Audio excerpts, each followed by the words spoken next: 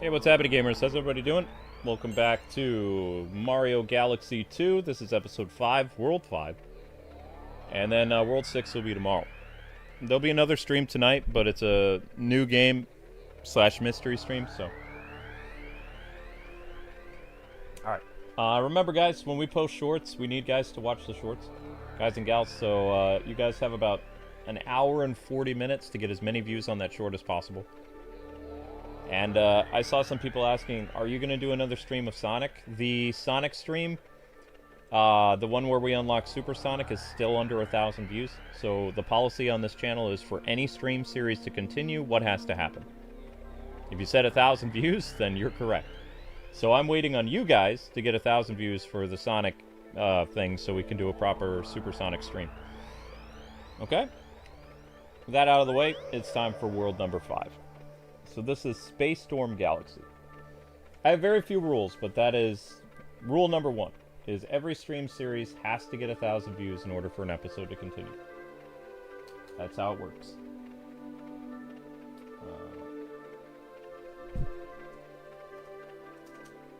Let's see.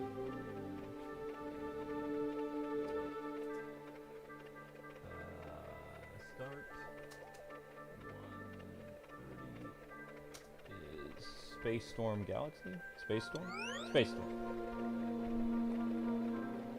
I don't like the sound of that. Dun, dun, dun, dun, dun, dun, dun. Yep, Space Storm.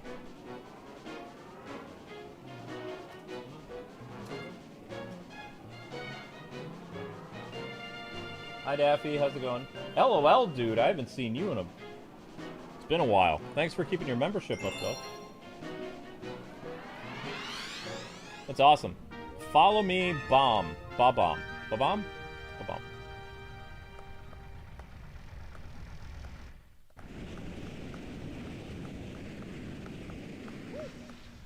Yes. Yeah, you've been a member for a long time. You're purple. That's awesome. Press R in... Oh, I remember these. I don't like these. Whoa. Yeah, okay, there we go. Whoa.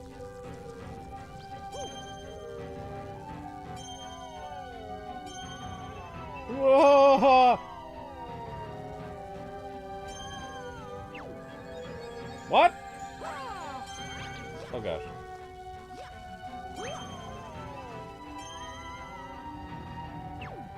There we go.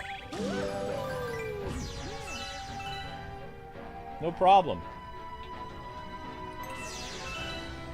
Dun dun dun. Bum bum bum. Dun dun.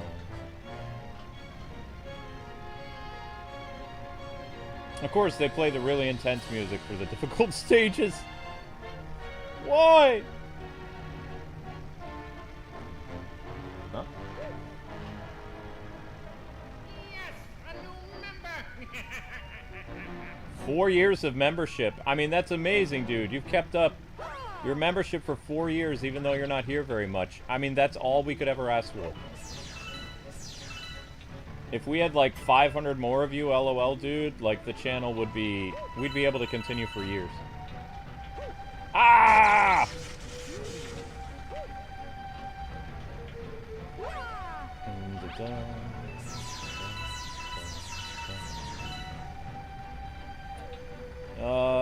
I'm gonna try for the comet. Wait. Am I getting closer? Oh no. Hoop! Why? Not cool. Oh no. No, no, no, no, no, no, no, no, no, no, no, no, no.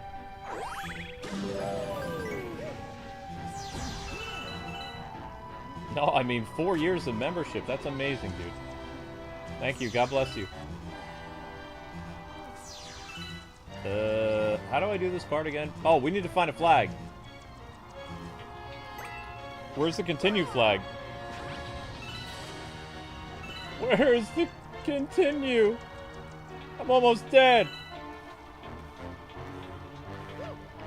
Oh, okay. That's better. There's no continue flag, is there?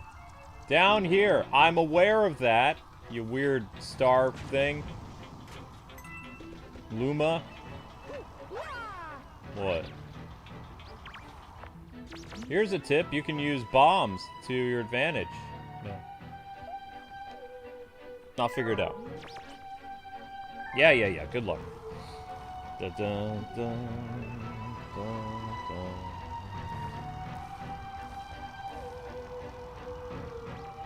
Imagine if you upgraded a long time ago. Yeah, but then we wouldn't have had you be a member for 4 years. Like, all we need is at least consistently 300 to 400 $5 members, and then like 10 or 15 ultimates, and the channel can, you know, continue to operate for years. If it's like a once a month thing. We just don't have that many, like, members as much anymore. And we lost a lot of ultimates. When you used to be here, LOL dude, we had like 15 or 16 ultimates a month. We only have 10 now. That shadow banning really messed us up. It's so hard to get people in, you know? It's like a member eventually grows tired of the channel or stops watching or just stops watching YouTube in general. There's not really a lot of people to replace certain folks. It's like a vacuum effect.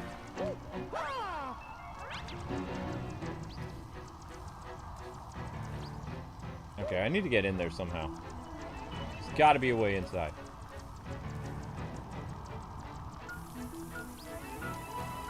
No way, the bomb has to follow me? Okay.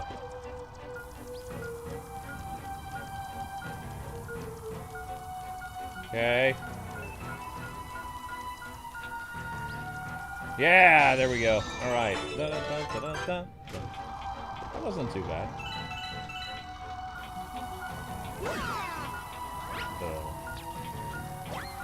Okay. Wasn't there more to this, though? I'm not gonna experiment.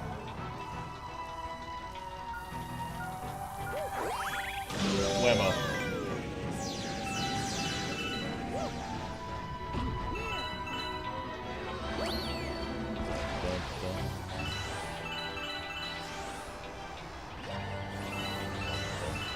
Out of my way. Whoa. No.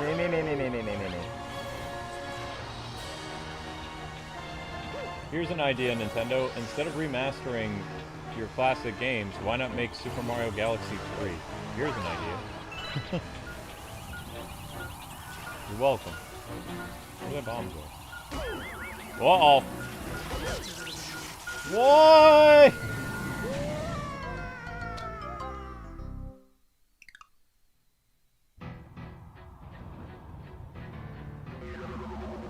Really haven't changed at all? Nope, I'm still the same. I've been the same dude since the 90s. Not much has changed.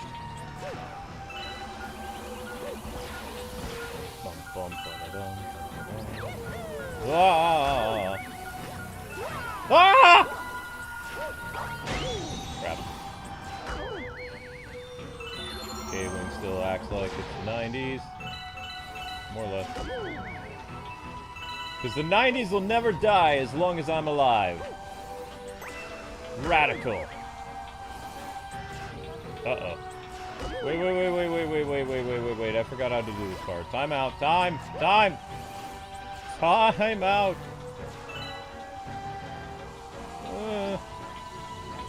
Oh, wait. I remember this. I vaguely remember this.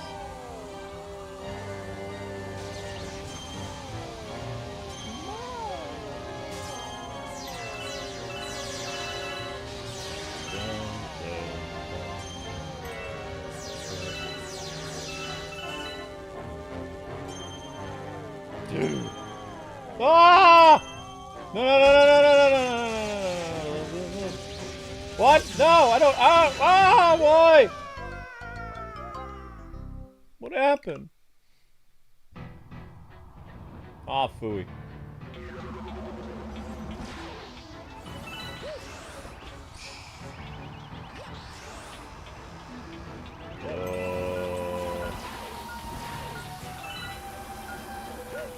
Get him, get him. No, no, no. No, no, no. Ooh! Stop spinning, spinning. Okay? Alright, I got an X color. That's great. Come here, you. Oh, stop. Oops. I had to wait till it exploded, huh? Ow! Ow!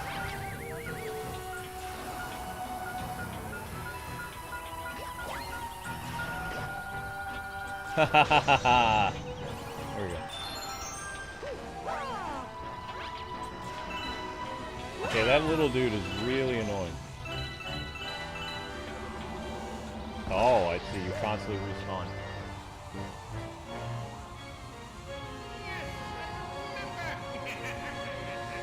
Yeah, hi Jade Rose. Both Mario Galaxy 1 and 2, they kind of ran a little bit slow on the Wii. They were still great games, don't get me wrong, and they deserve, like, the 9 and 10s that they received. But, I mean, this remaster, you know, Nintendo did good. It plays great. And that's a good thing, I'd say.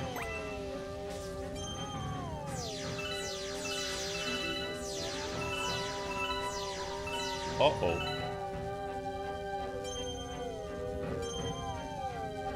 Please don't shoot me. I said please. What? Ah! Oh, it's following me! Oh, no! Ooh! No! No, no, no, no, no, no, no, no, no, no, no, no, no, no.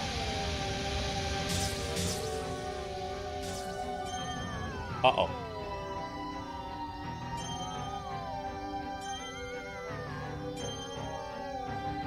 What?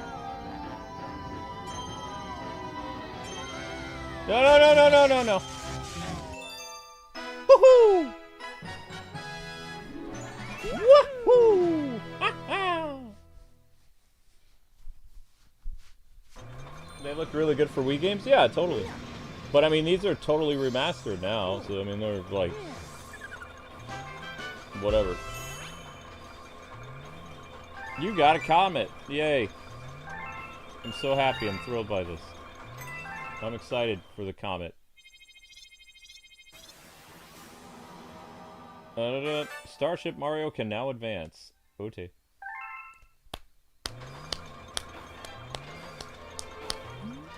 I like Super Mario Galaxy 1 more than Super Mario Galaxy 2. I like the soundtrack better in SMG1. It's better. Like, with this one, they added more, like, there's more, like, space-sounding, like, techno stuff, or electronic music. In Mario Galaxy 1, the soundtrack is primarily orchestral. So I like orchestral soundtracks better, personally.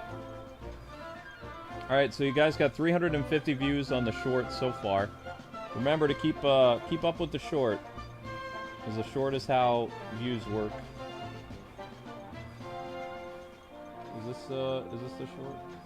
Yes, it is. Persona Switch 2. Okay. Looks like there's another chapter of the story. Oh, wait. Well, there was another chapter of the storybook added. Mighty curious, if you ask me. Yeah, you should give it a look. Okay. Because you've been encouraging, I will go read the storybook. Chapter 2. Storybook Chapter 2. Yes, quite right. 142.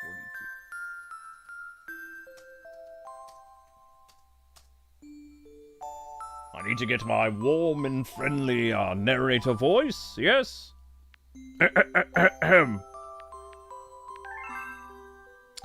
Chapter 2. Alone. Lou was alone now. A day passed, then another, and another. And before she knew it, 100 years had gone by. All that time, Lou was unable to become a star, but she didn't want to become one anyway. She wanted to stay a Luma until she saw Mari again. She wanted everything to be like it was before. And yet she felt like Luma couldn't become a star, wasn't particularly useful, so one day she decided to begin a new journey. She built a spaceship and left to travel through the stars. As the centuries passed, she hoped this path would reunite with Mari. Lou happened upon the Lady of the Shooting Stars a number of times during her travels, but Mari was not with her. And as time went on, all of her friends became stars. 1,000 years passed this way. Lou thought Mari's probably forgotten about me by now. She's probably playing with those star bunnies on some far-off planet while I'm here missing her. Humph. And I bet I'll be missing her for 1,000 more years. Maybe even 2,000. I'll be stuck as a Luma forever. Lou found the loneliness unbearable. The truth was, she really did want to become a star because that's what would save her from these feelings. She would become one right now if it meant she could see Mari again. Lou strained, shook her body, and struggled to turn into a star. But she couldn't do it. Seriously, during storybook time? What a bunch of goofballs.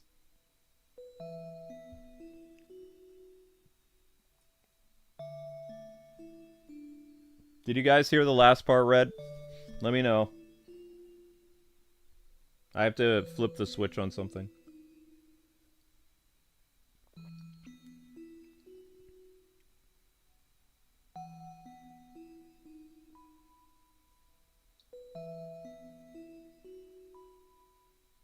Yeah, poor Lou. It's very sad.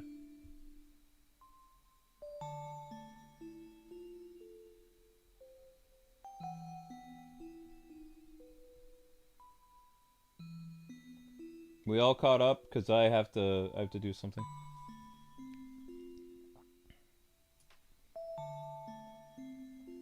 I'm gonna read this line anyway, but I need to flip the switch on something.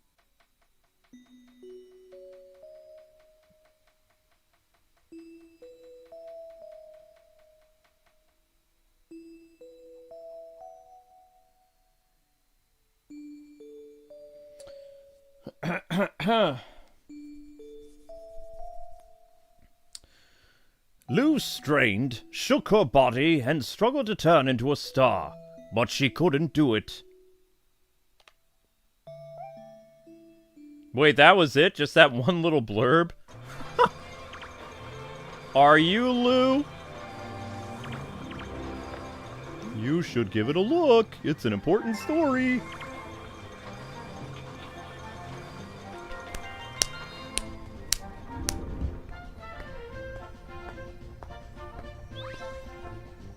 I guess they added a storybook to Mario Galaxy 2. I don't know. I personally don't remember the storybook. Maybe there was one. You're asking me to remember something from 2010. Not going to happen. Alright, what's this one? Space Storm Galaxy number 2. Yahoo! Dun dun dun dun dun. This one is to the top of the Topman's Tower. Top of the tower.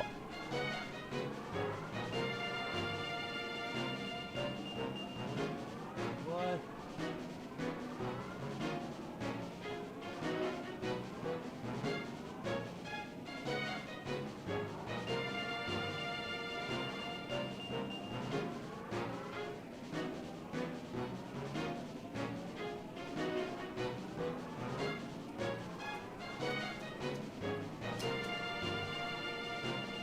Alright then, here we go. Top of the tower.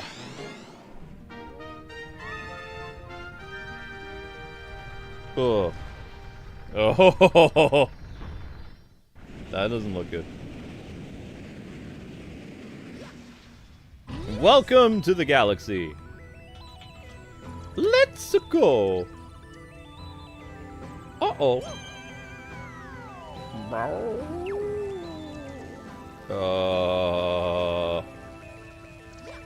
Ah! Why?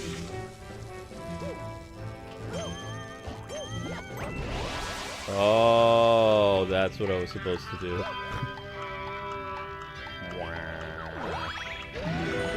I didn't know that's what you wanted me to do. I'm sorry. Okay. Whoa, whoa, whoa, whoa, whoa, whoa, whoa, whoa, whoa, whoa.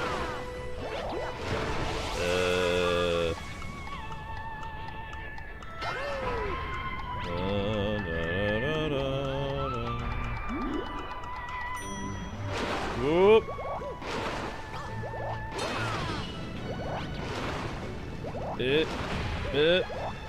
Oh!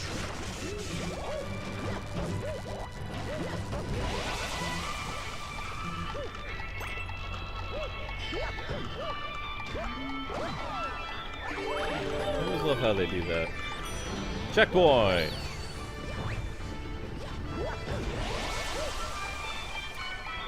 Mario Galaxy 1 music. Whee! Mario 1 Galaxy can't be beat, man. It's so good. Oh! Oh! Wahoo! Uh-oh. No. Hold up. Hold up. Hold up. Hold up! There we go. Thank you.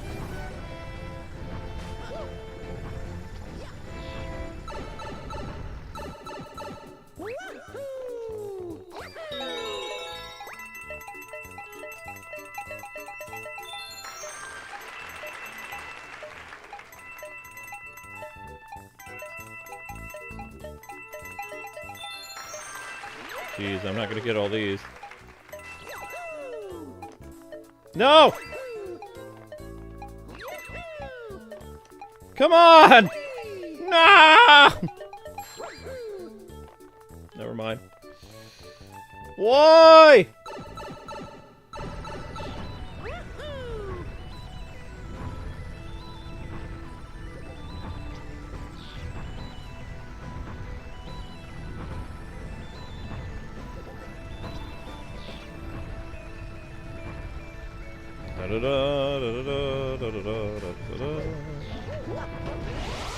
Eh?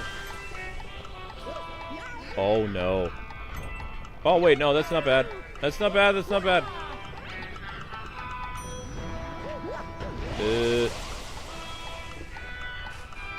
Oh.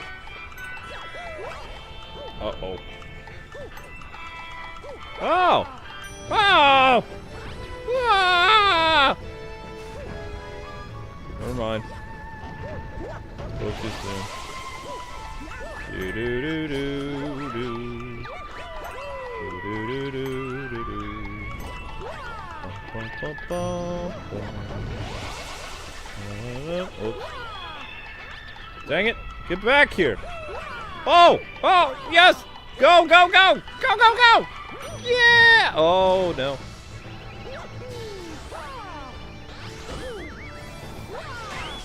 Oh no no no! I need you, don't I? Yeah. No, I didn't mean to do that. I'm sorry. Respawn. Woo! Man, I did that a lot faster this time around. I usually don't do very well with that. Yatta! Hey, that was pretty good. Ding. I deserve a Pringle.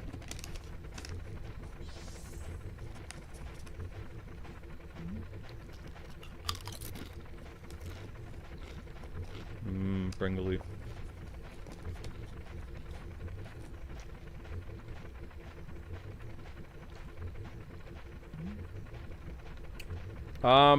I saw you said why. Probably in June or July.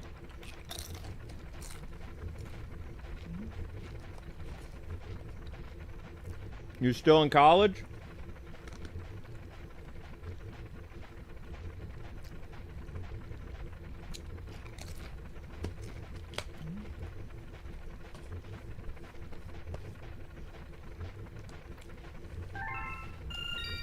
Oh, we can go do those Starbit things now.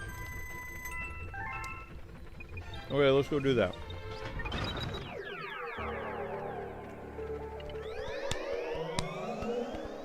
You just started?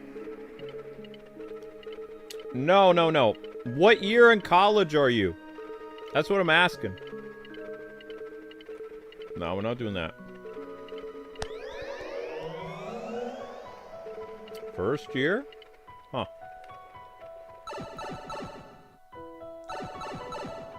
Were you in high school in Canada? Cool.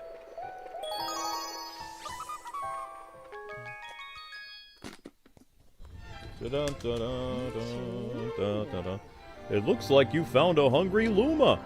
I hope you've got a stack of Starbits, because those guys can eat. Yeah, I do.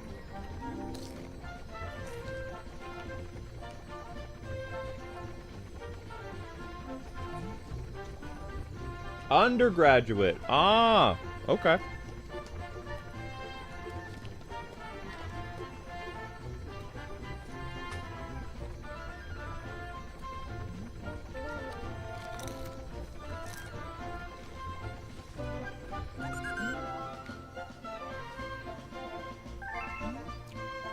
No, I don't want to feed you.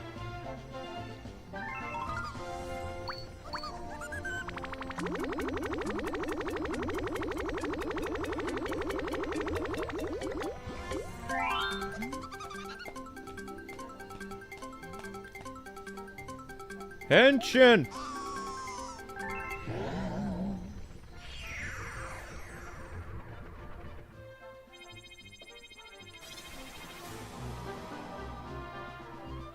Oh no. I don't like these levels. I don't like them. No! Ah! I don't like block levels. Oh no. Welp!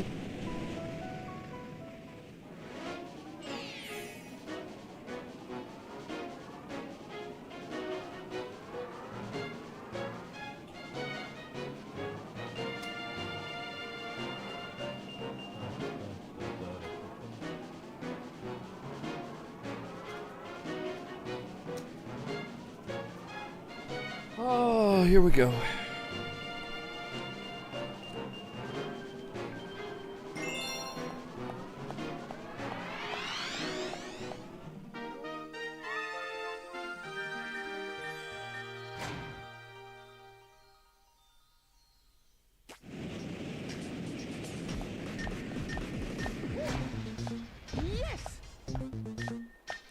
Oh yeah, done, done, done. Boom. It's all in rhythm. Boom.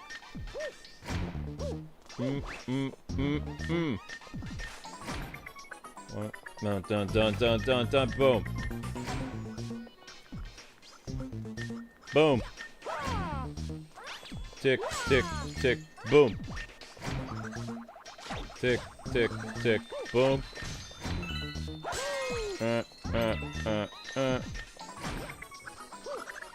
Tick, tick, boom.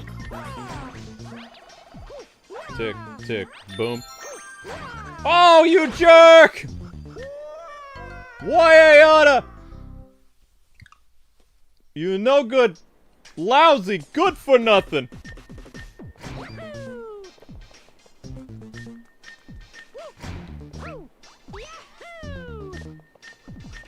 Jerk.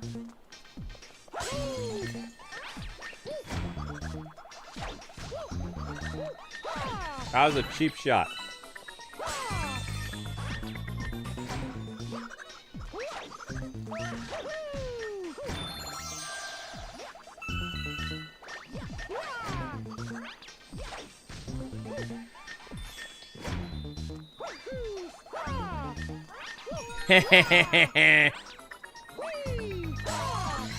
No!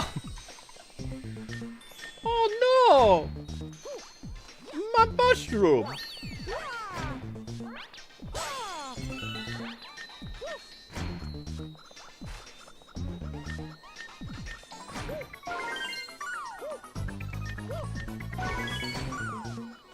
Dun dun dun dun dun. Dun dun dun dun. No!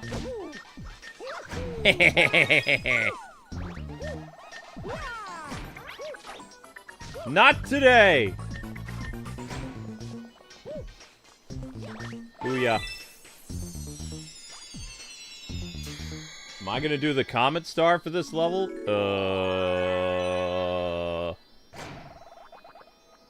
Why aren't they doing the beatboxing anymore? Are they done? Oh, I guess they're done. No! Why?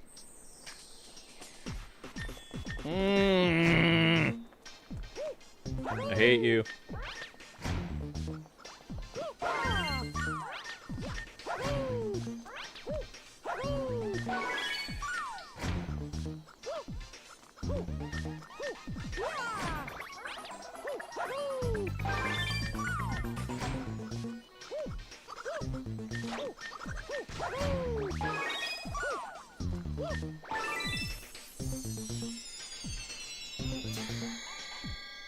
Whoops. Yeah, I'd say whoops is an understatement.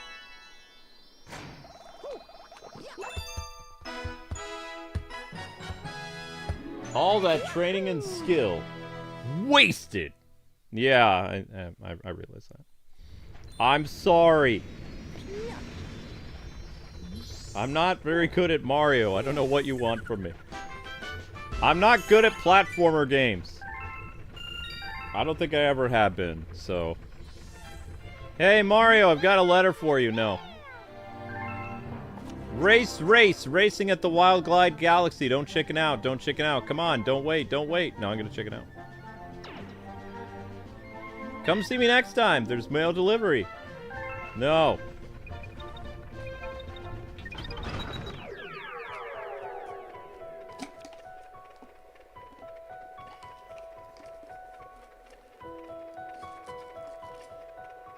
Not so painful? Eh.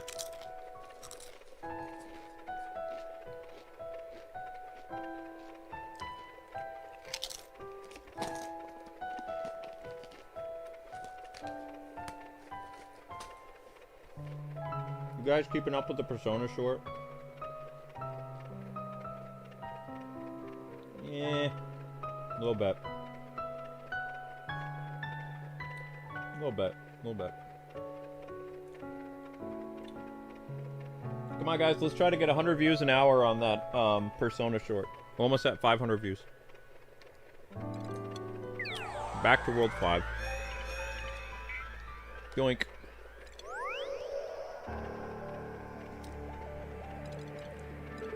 Space Storm complete. Alright, where are we going? We gonna go Spooky Town?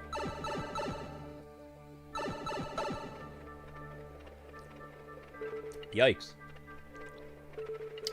I'm feeling like spooky. Boo! Yeah, Boo Moon. And we're probably gonna play as Luigi.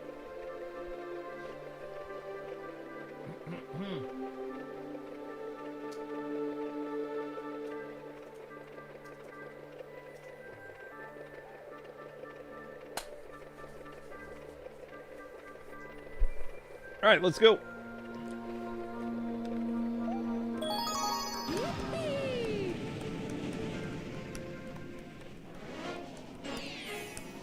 Blue Moon Galaxy.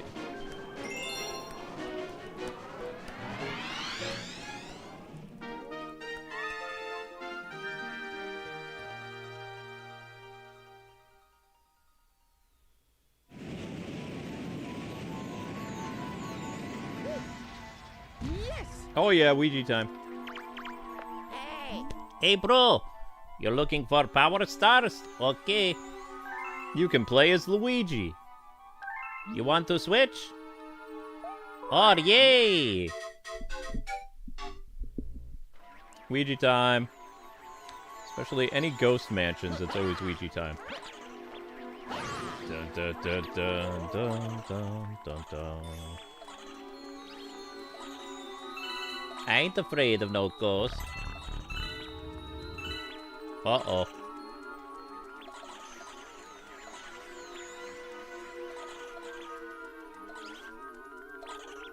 No.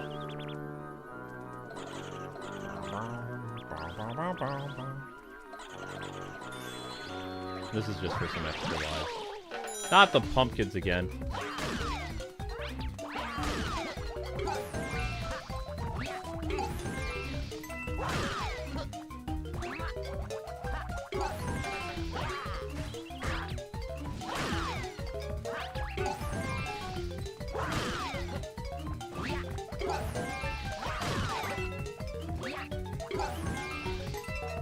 Yeah.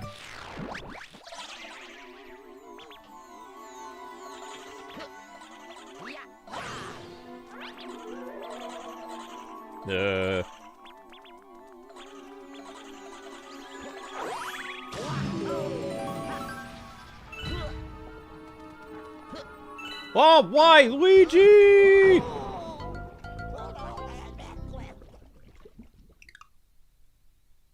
Nuts! I didn't find the chute. Welp.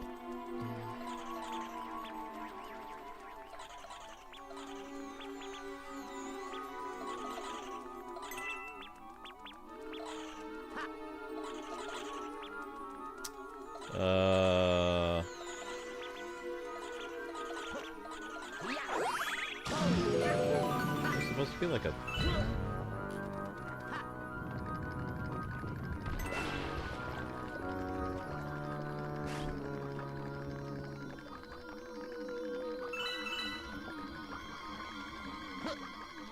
Ding.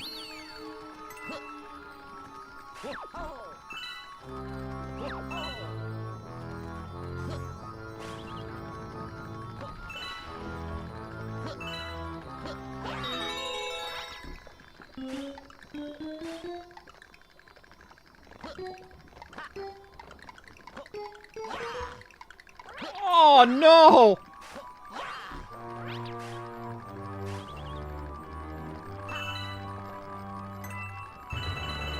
Wait, wait!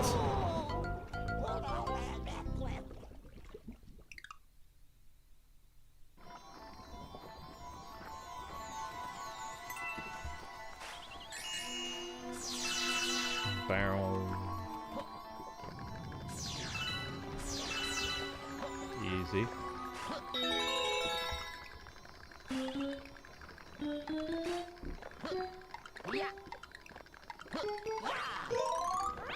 Wait. Ah!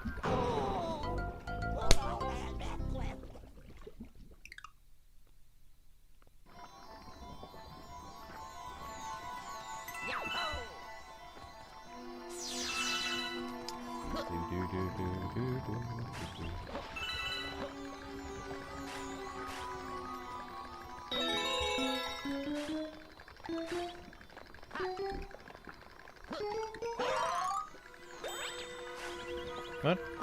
What? Oh.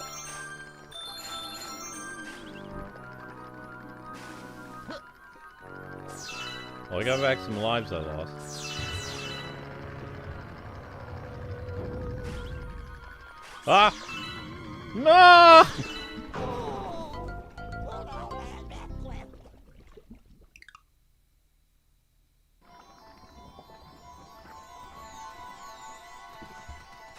Somebody felt like dumping goop here.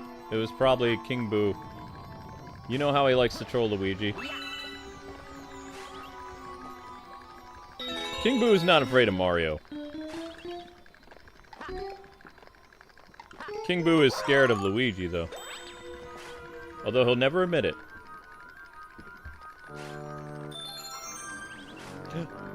Why? Oh gosh. What? Hurt? No! Well, good enough. Goodbye, 1-Up. I'm sorry I tried. Whoa! Ah!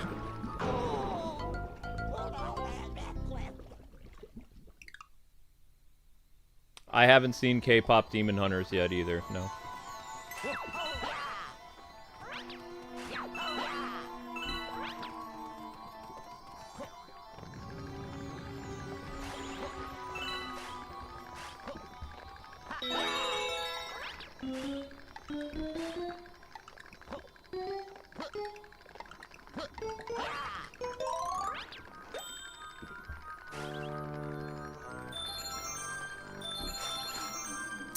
Oh.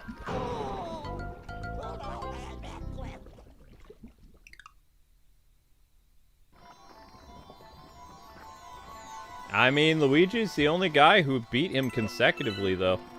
Mario's never beaten King Boo, like, multiple times. Luigi's beaten King Boo, like, 3 times. I believe.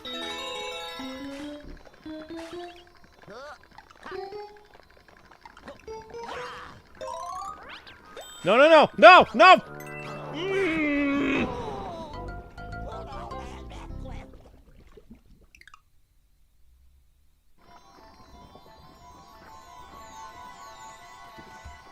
I think I'm having a perception issue.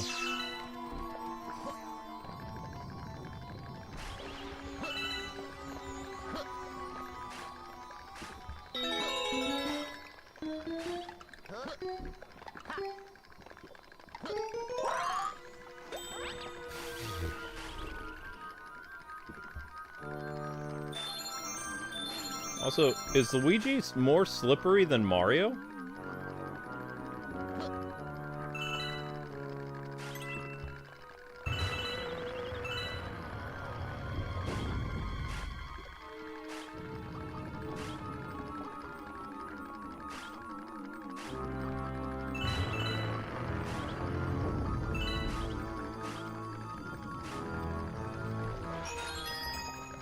Get me out of here!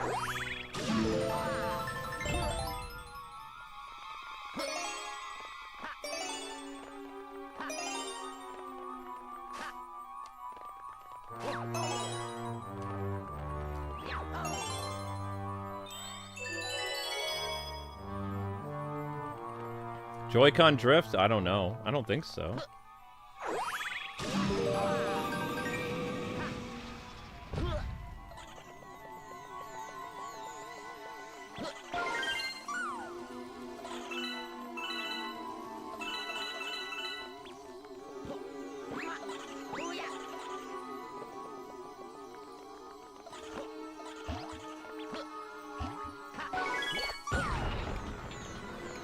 Such a unique idea.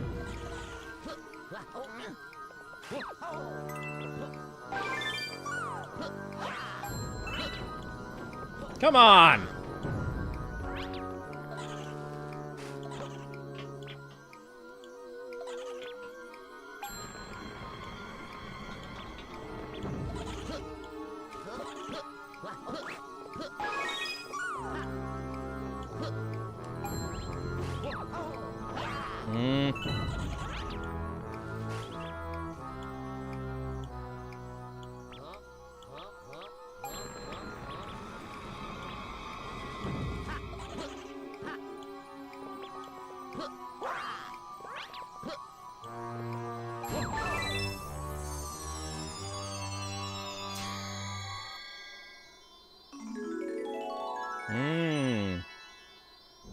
No, no, no, I need that extra guy.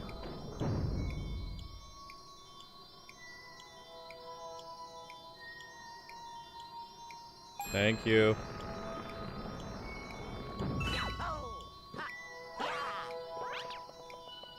What?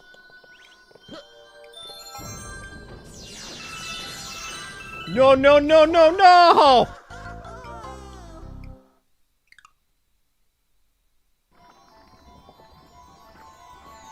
Oh, no. Ah! My greed got the best of me. Crap. Oh.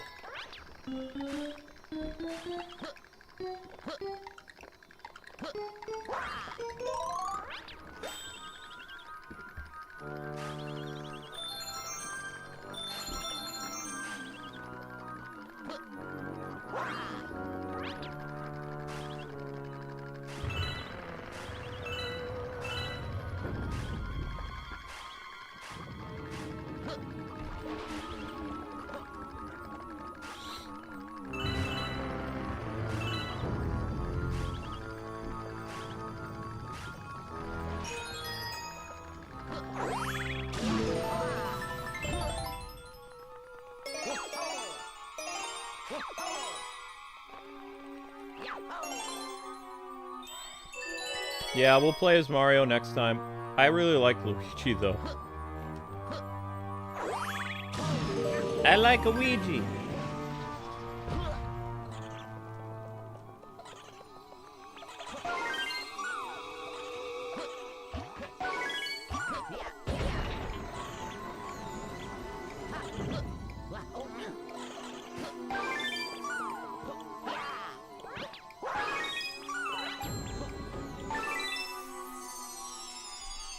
Yeah, we're just gonna exit. We're just gonna leave.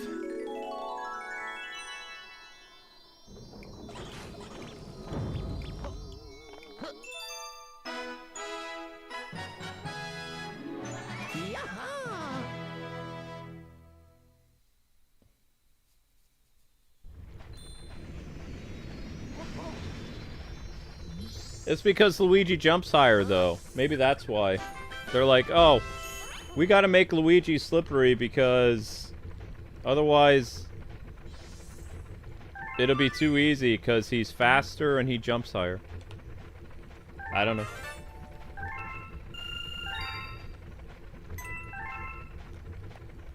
Hi, Naomi. How you doing? Hey, Luigi, I got a letter for you. Help wanted. I got a few odds and ends I need taken care of if you don't mind a little hard work. I'm working over in the Space Storm Galaxy. I'll make it worth your while. It's just a star. Come on, see me next time for mail delivery. Hey, bro, I'm all over the place. Next time you see me, say hello. Bye-bye. Oh, ho, ho.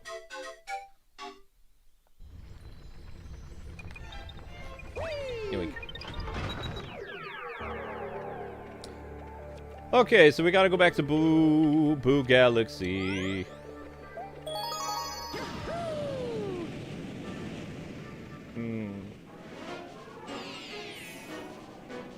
Haunting Howling Tower. Okay.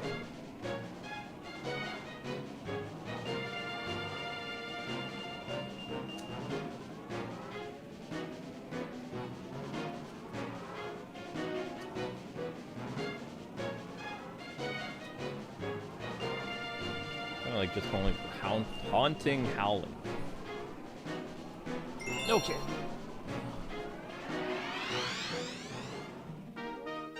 How you guys do on Persona now? Okay, you got 100 more views on Persona after an hour. Good job. Let's keep going. Let's get it up to 6. Yes! Good job, guys. Keep going with the short. That's the whole reason for the Persona short.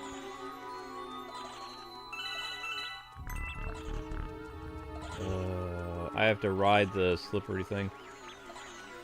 So Luigi's not here anymore because we already played as him. Nintendo's like, nah, you don't get to play as Luigi again. Once per level, customer. If you want to play the whole game as Luigi, then you'll have to buy the Luigi DLC. The first Luigi's free. I'm just playing. Hooray.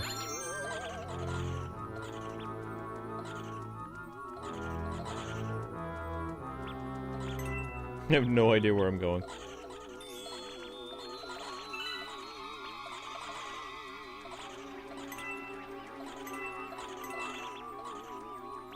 Perhaps the coins do not point the way. Oh snap.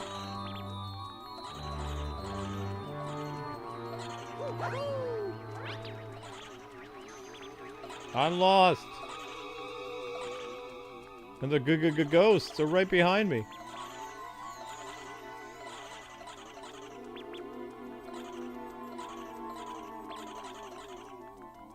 Uh-oh.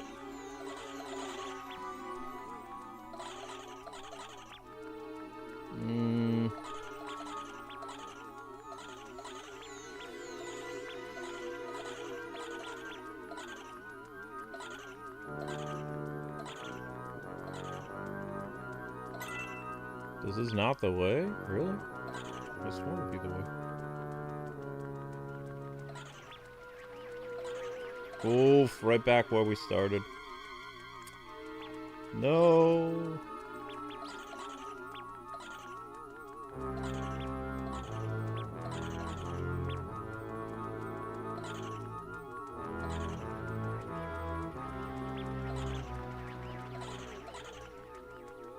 It's not timed, right?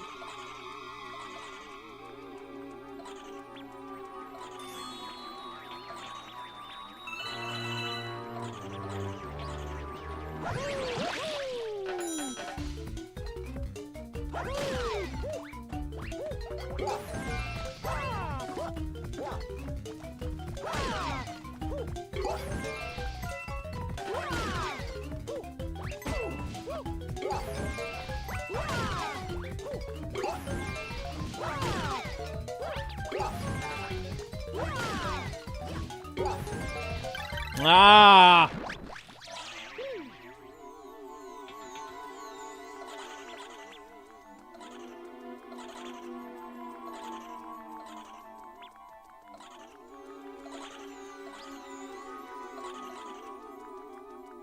Hmm?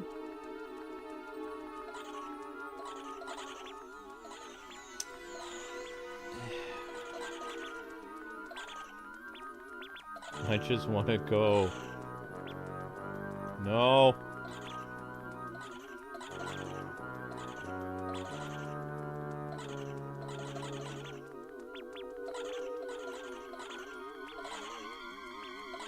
Pretty sure Bowser statue means I went too far.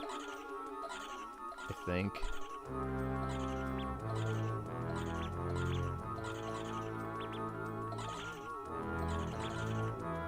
Alright.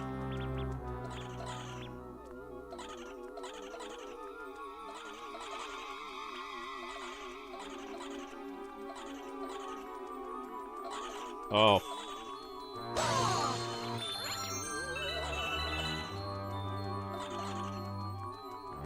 I meant to find those one-ups.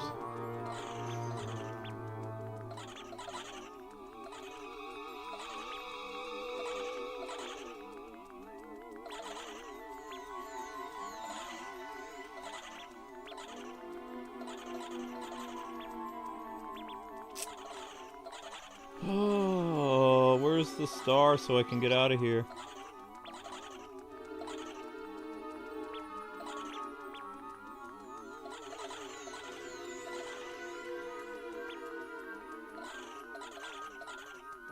Nope.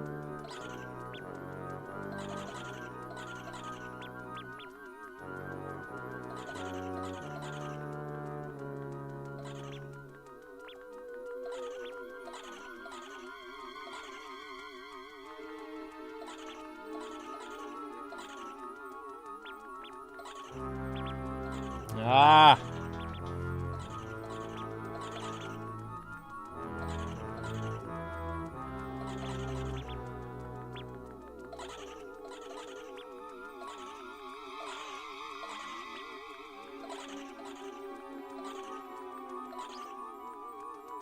Maybe it's this way?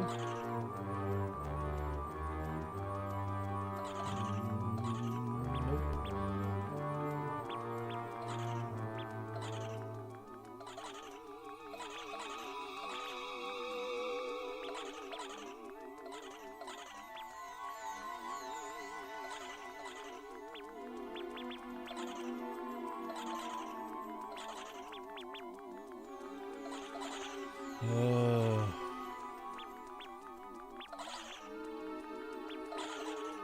Ow. You can't jump over the wall. Can you jump over the wall? No.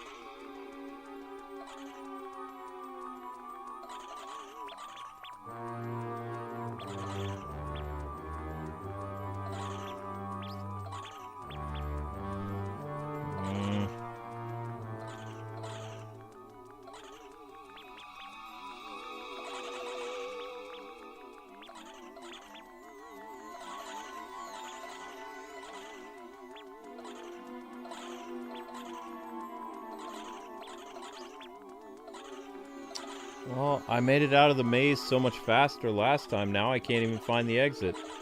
The last time I didn't find any of the extra guys, and I found the extra guys this time. But I didn't want to find the extra guys. I just want to exit. I don't want to be here. The fact I can't go through walls is very upsetting.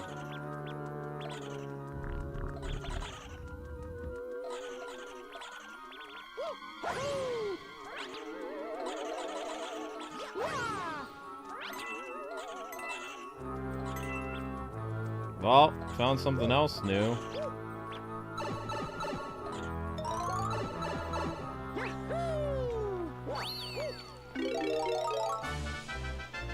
Can you rotate your camera? Nope. Boo Mario!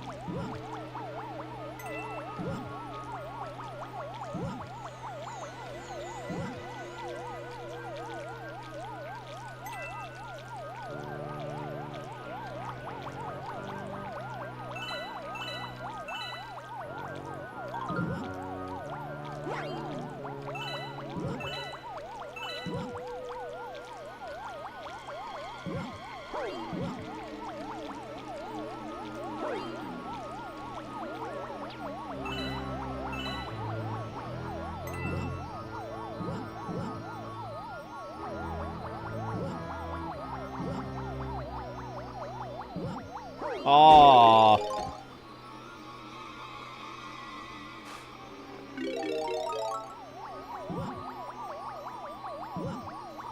Oh.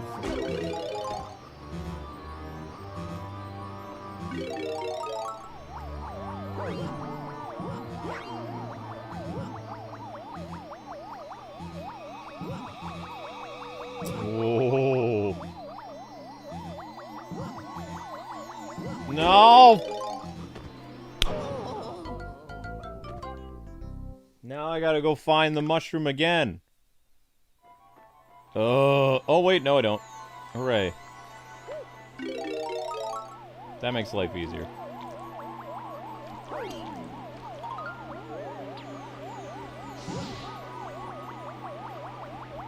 Man, what is it with the Y button not responding? Press Y, it doesn't turn invisible.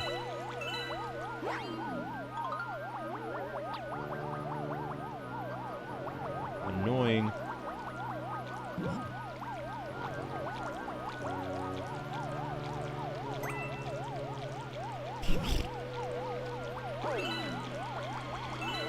Oh, I looked out there.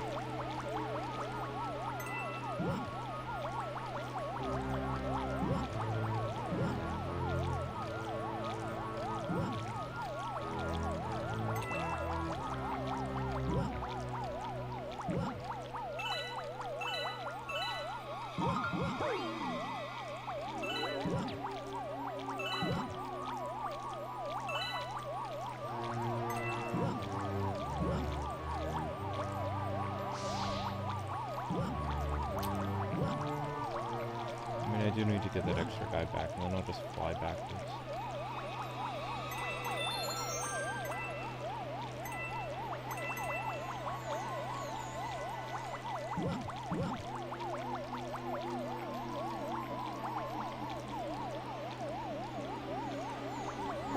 Come on.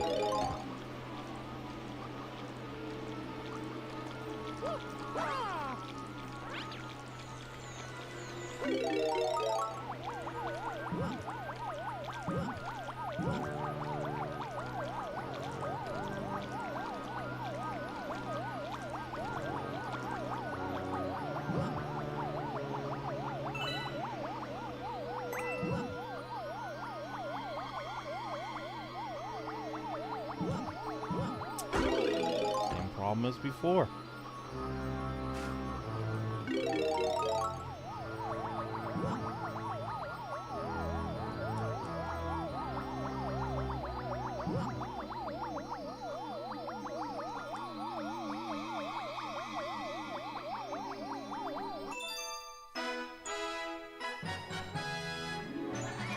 If Mario is Boo, does that make Luigi Yogi? I see what you did there.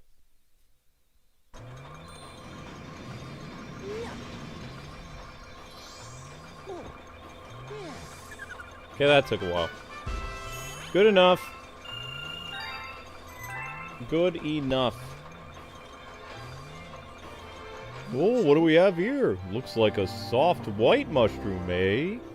You know, the stuff you're finding is pretty weird, but I guess that's just the universe we live in. Rude. You are rude, sir.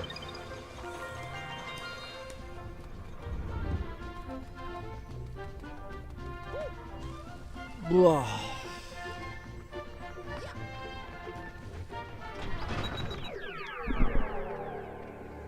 Okay. That's it for Spooky Town. We're out of here. Oh, there's another spooky one? What? What?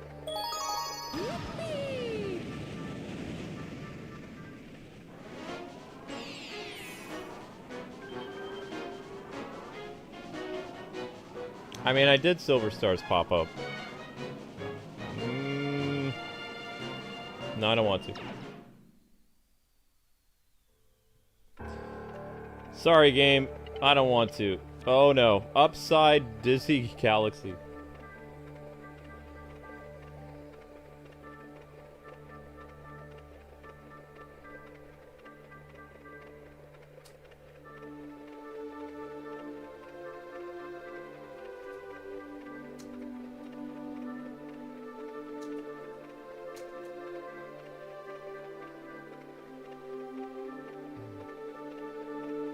No, I know it's a hidden star, Meyer. I just don't want to do it. I don't want to be running around for 20 minutes trying to find the star again. I'm good.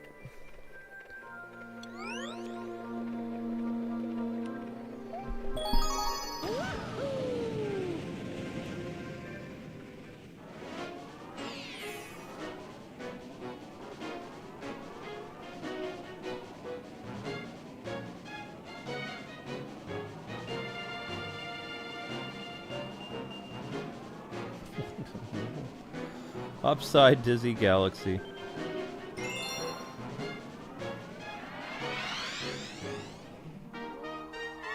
Oh, as soon as Halloween came, you changed your eyes, huh?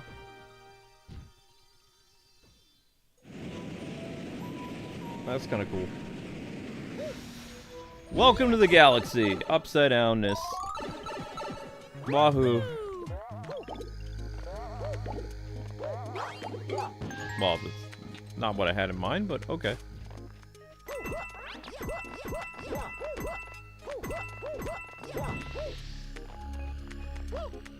What?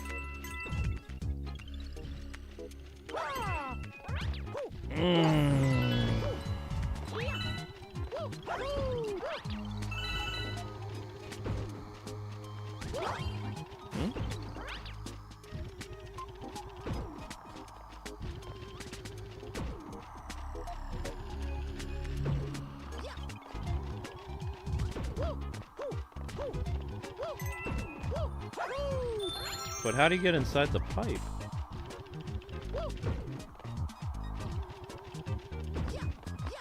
Oh!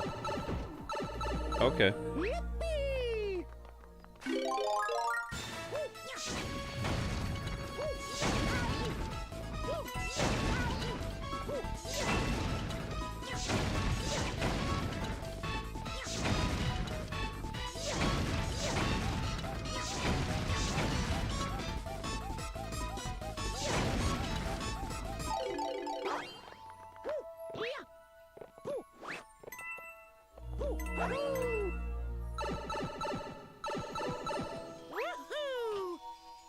Okay, what's the thing?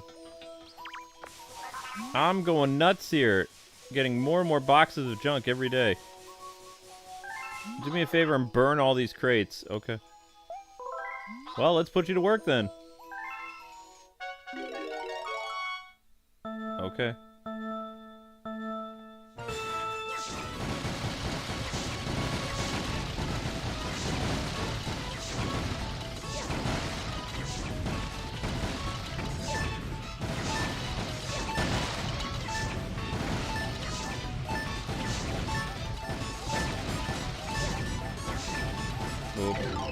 I don't think I got all the crates.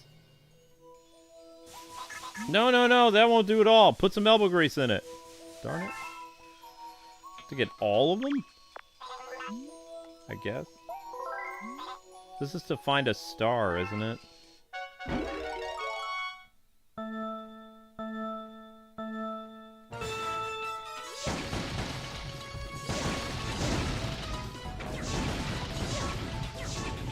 not very good at this.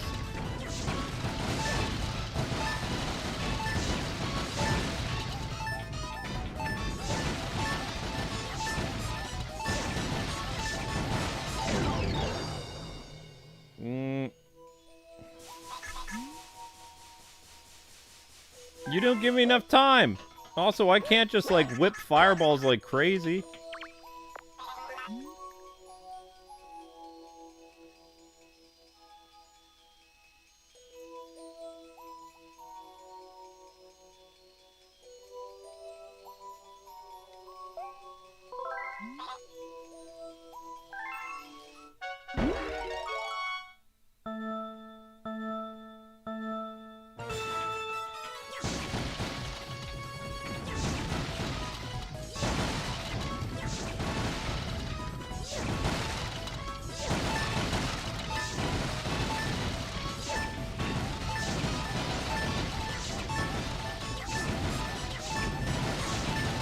There's no way.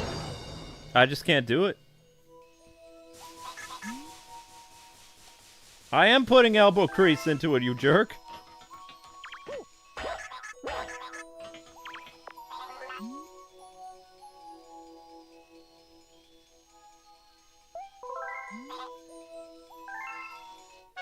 I think I'm just gonna give up.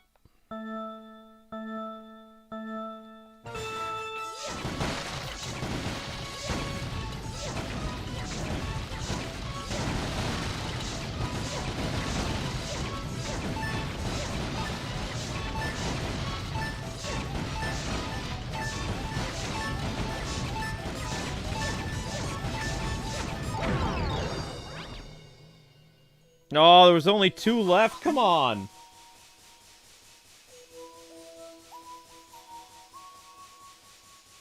Try spinning and throwing fireballs? What do you mean spinning? Spinning and throwing fireballs? How do I do that?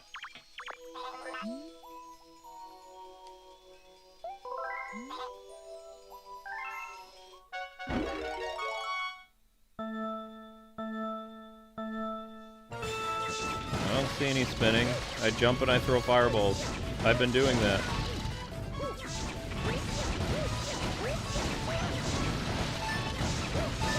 I don't see any spin move. What are you talking about?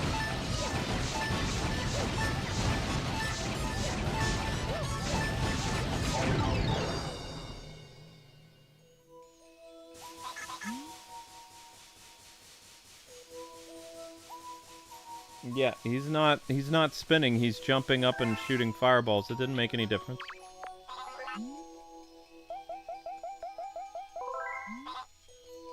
It'd be nice if he had a move where he could spin around and shoot multiple fireballs, but they just don't give you enough time to do this. You can't do this in 20 seconds. It's frustrating.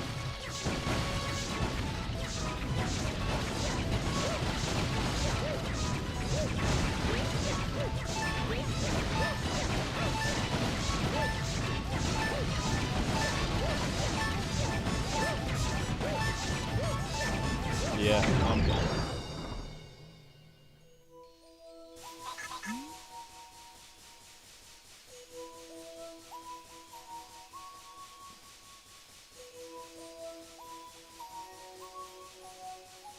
Green fireballs from Smash Brothers would be nice. Yeah, we're out. I'm done with this. That's where you get an extra star. Whoopity-doo. Not 100%ing it anyway, so...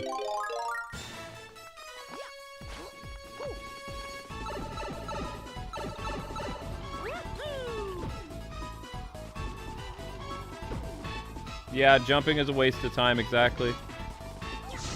Yeah, I'm good though, guys. I don't. My aim was never to 100% this game anyway. I just want to complete the story and move on to something else.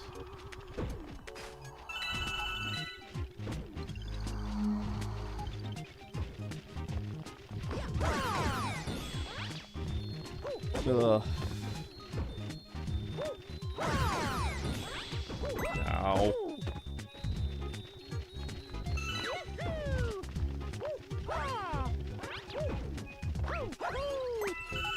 Oh, that could have been bad.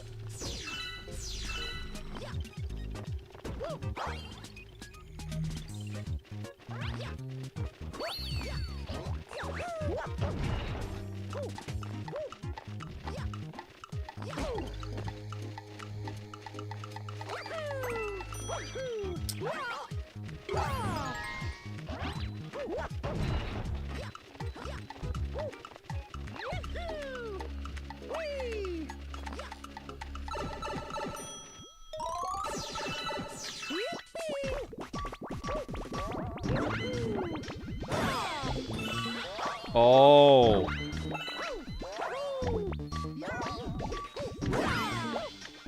Okay, I didn't mean to do that. That was unintentional.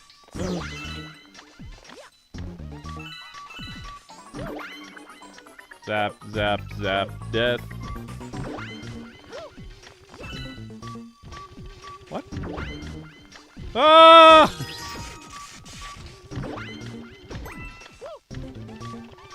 No!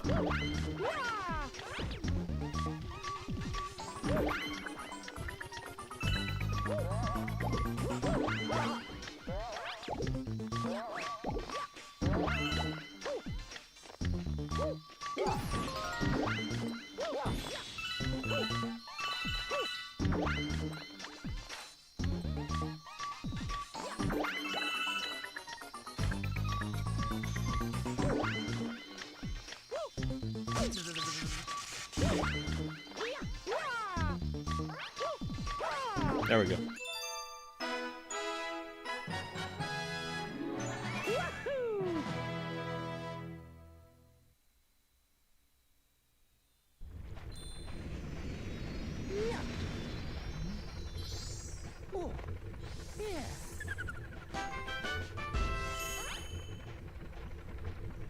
There's a homing stomp? No, I don't remember that.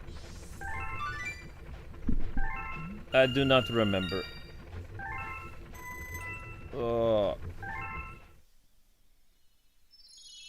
Ah?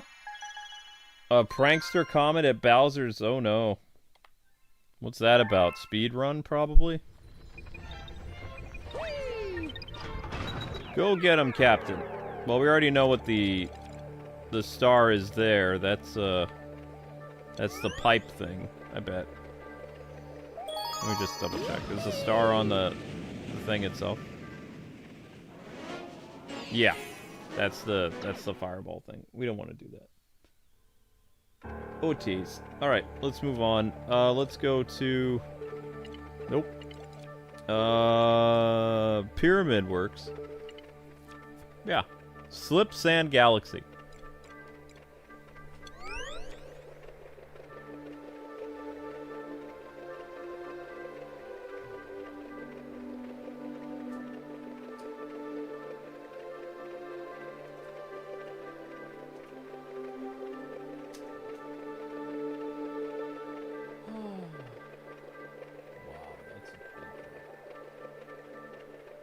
Alright, gang, let's switch to the Switch playlist. I mean, not Switch playlist, jeez. Let's switch to the Shorts playlist now. Yeah, that's what I meant to say. Shorts playlist. Not the other way around.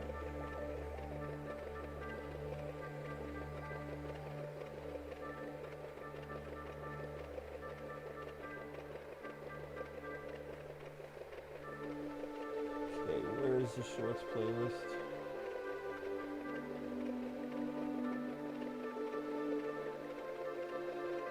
There it is.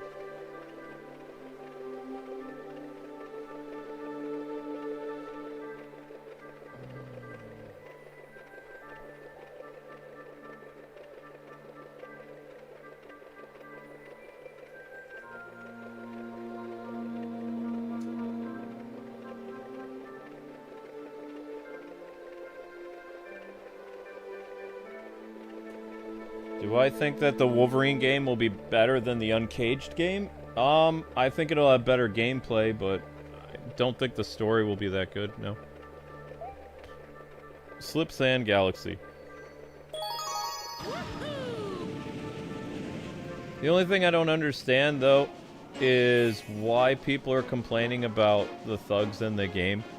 Like, somebody needs to go back and tell people that superheroes have been beating up, like, variations of thugs since Batman Dark Tomorrow. So I don't really understand why. I don't even know why people are talking about that stuff anymore, because I mean, they lost. There's no reason to bring it up anymore. Like, the game industry is gonna change so much. The Arabs bought EA or whatever, so I mean, all that stuff is gonna go away. It's gonna go back to how gaming was 20 years ago, basically. And we tried to warn people for a long time. You need to stop doing this. You need to stop pushing this, because eventually something's gonna happen. The thing that happened was the Arabs bought a game company and made it private. And I'm just like, whoa. Well, say goodbye to agendas now. But other than that, I don't understand why people are still talking about stuff. It doesn't make any sense. I'm just glad gaming is going back to normal, more or less. That's all I care about. Whoop. If anything, I mean, both Wolverine games are incredibly violent, so, I mean, they're supposed to be. Wolverine cuts people in half, you know? There we go. Yahoo!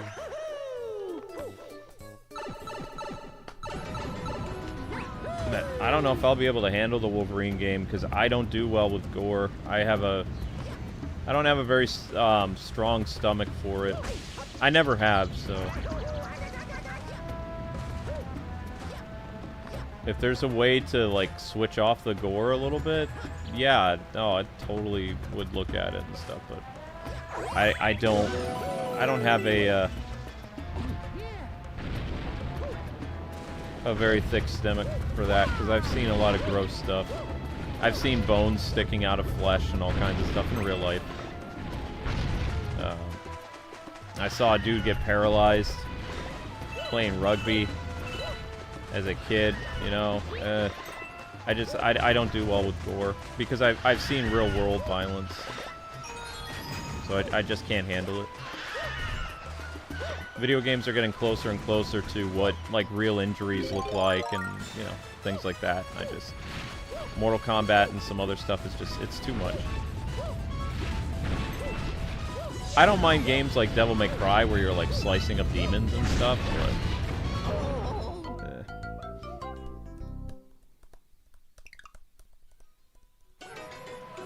Yeah, I don't know. That's the only accessibility mode I would want in Wolverine, is if there's a way to limit the gore. Like, I don't mind if you slice off limbs and stuff. I just can't deal with all the, you know, all the gratuitous liquid that comes out afterwards. In the game Onichambra Bikini Zombie Slayers, you could change the color of blood to so many different things. White, green, blue, pink. You know, you could basically kind of censor the game to a way that it didn't make you feel like you were going to vomit.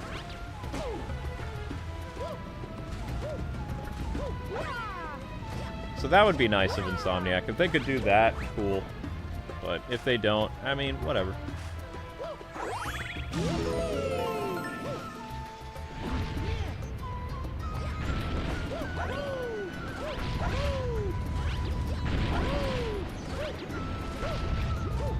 I'm gonna get smushed again, aren't I?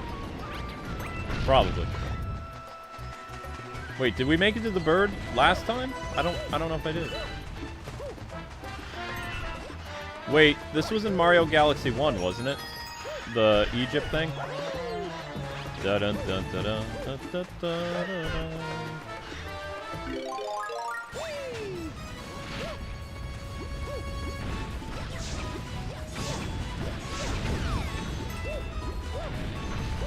No, this is where I died last time.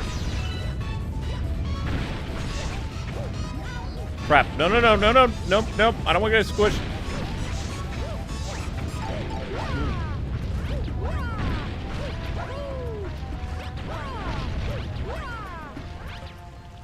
And make no mistake, I'm not going to go and campaign against, like, a game developer that wants to have, like, lots of blood and gore.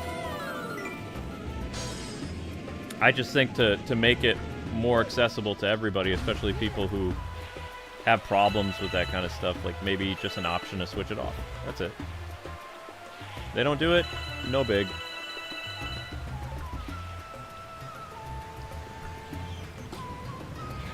But I think that's the only accessibility thing you need, though.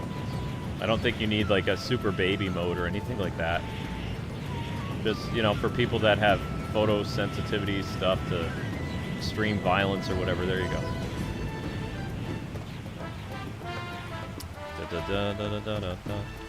Because you might be like, oh, you know, just switching off the blood wouldn't do anything. Sure it would, because, I mean, then you're just hacking off limbs in a video game.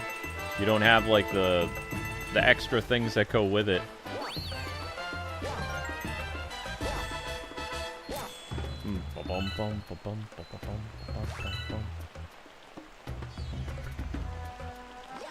We're gonna fight a boss?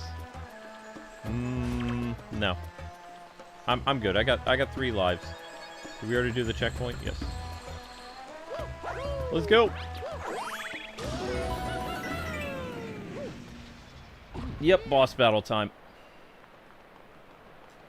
Is this a golem thing or what is this?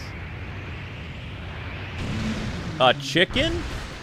That's not very Egyptian.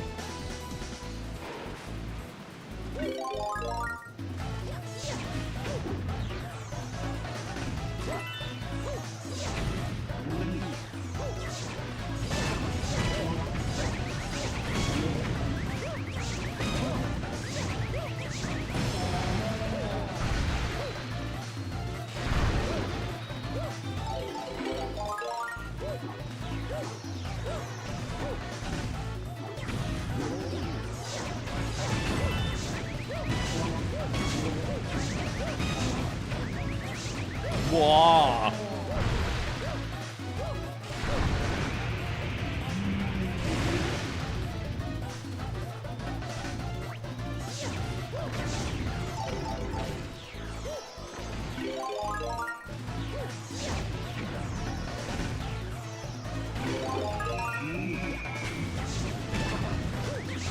Oh shoot.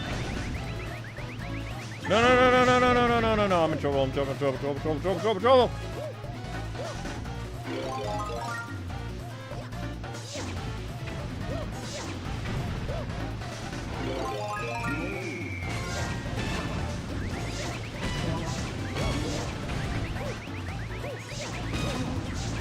There we go. Gotcha.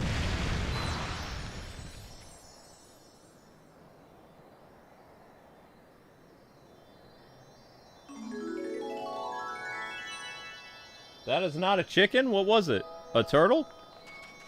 Ah, it doesn't matter. It's dead now.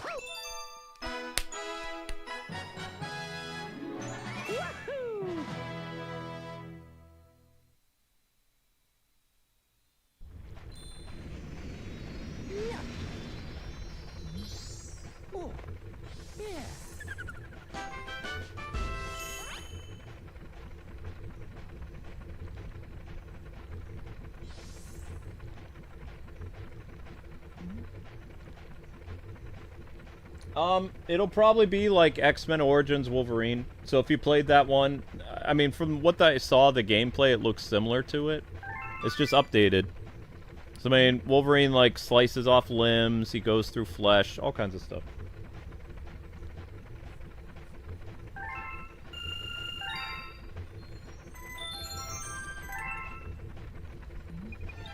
Da-dun, da-da, da-da, da-da. Okay, so we're going back to the Slip Sand. Yeah, I can't speak anymore. Slip Sand Galaxy. Thank you.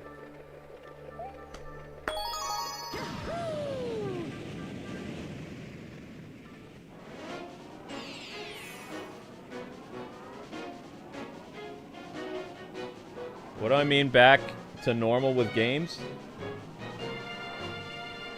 It's very simple. We didn't have propaganda for, like, people with mental illness, basically. Games have been pushing, like, things like getting rid of body types.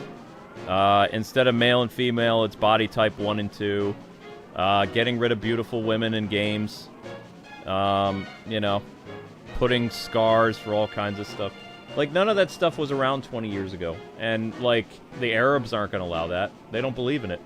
Which is funny. Like, people say, oh, you're this and that, and they won't respect Christian beliefs. But when Muslims believe the same things, then they're like, oh, we need to respect their culture. It's just, it's a double standard. So, I mean, the Arabs aren't going to allow that stuff. And even the people in the industry, they're already complaining. They're like, that's the end of LGBT stuff in gaming. It's like, yeah. Because nobody wanted to begin with. You should have made specialty games. If they would have kept making specialty games and not pushed it, there never would have been a whole culture war to begin with. Never would have happened. It's true. If they didn't push for it and put it in every single game over the past 7 years, there would have been no culture war, no Gamergate 2, no nothing. Nobody would have cared. But they just kept pushing it in every game for like 8 years. So 7 years. And now that's done. Because they're getting fired in the industry, all kinds of stuff. It's all over the place. On Twitter, on Facebook, Instagram. They're always complaining, I lost my job, blah, blah, blah. That's the end of these types of stories. It's like, yeah. Because nobody was buying them anyway. They were putting companies in the ground and they didn't care about it. So it's all over. We won. So it's back to formula, as they say. Anyway. Hey, bro. What are you looking for? Do I want to play as you? You're slippery. I'm going to play with you anyway. Because Luigi. And if you didn't know that, like, $55 billion was spent on, was it EA Games this week or last week? Some Saudi prince, I believe, bought EA Games. So, for the first time in 30 years, a video game company is now going to be privately owned. That's kind of scary, though. The last time I remember game companies being privately owned was, like, in the 1980s, and it was, like, companies that worked for Atari. So, this is going to be new. I was a little kid when it happened last time. But maybe this could be a rebirth for EA, I don't know. But the game industry is in trouble right now. You've got Xbox increasing their console prices. Didn't they just, like, increase the Xbox that's 5 years old? It's like $600 now or something like that. It actually makes the Switch 2 look affordable. They increased the price of Game Pass. Game costs are going up. Just because we win a few battles with morality doesn't mean anything, because, like, it's hard to celebrate, like, a win against, you know, good versus evil when no one can really afford to be a gamer anymore. You know? I guess you take them as they come. I don't know. I'm more concerned about, you know, people being able to afford to play games and stuff like that, and companies being really cruel with prices and other things, than I am worried about, like, whatever, the battle for gaming soul right now. There's a time and a place for everything. That's pretty much how it goes. That's how common sense works. Common sense believes that there's a time and a place, and, you know, for when you can talk about things and when you can try to do things, you have to read the room. And right now, gamers need to be united on trying to fight back against these corporations for, you know, basically charging us an arm and a leg to enjoy gaming. I mean, that needs to be something that unites everybody, because they're just going to keep raising the prices. You mark my words. Game costs next year will probably be $100 for a brand new game. You watch. If something's not done soon, game prices are going to be insanely expensive, even in the United States. Guarantee. Because if they feel like they can get away with it, they'll just keep doing it. That's how these companies operate.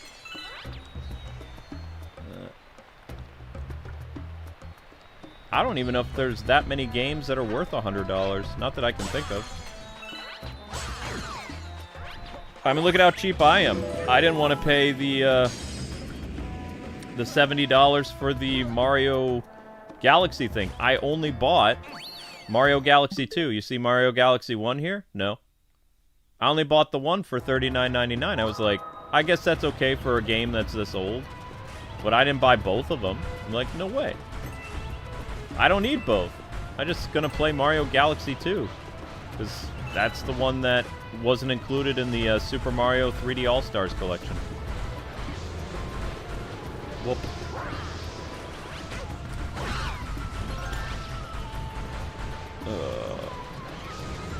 But yeah, the prices have me very, very concerned. It's just, I don't know. It's basically gaming right now is like watching sports, like football in general. You're like rooting for your team, they're doing really well, and then somebody like Nintendo fumbles, and you know, Xbox gets possession of the ball and they're running toward the touchdown, and then they fumble the ball again with their prices and their bad policies, and you know, then Nintendo picks it up and people are like all excited about something, then Nintendo screws up. There's just too much of it. It's becoming like a comedy. It's like watching football like when it snows. Everybody is slipping and sliding everywhere. It's both hilarious, but also, you know, it's kind of hard to watch. I don't know if I want to tune in and see the state of gaming all the time.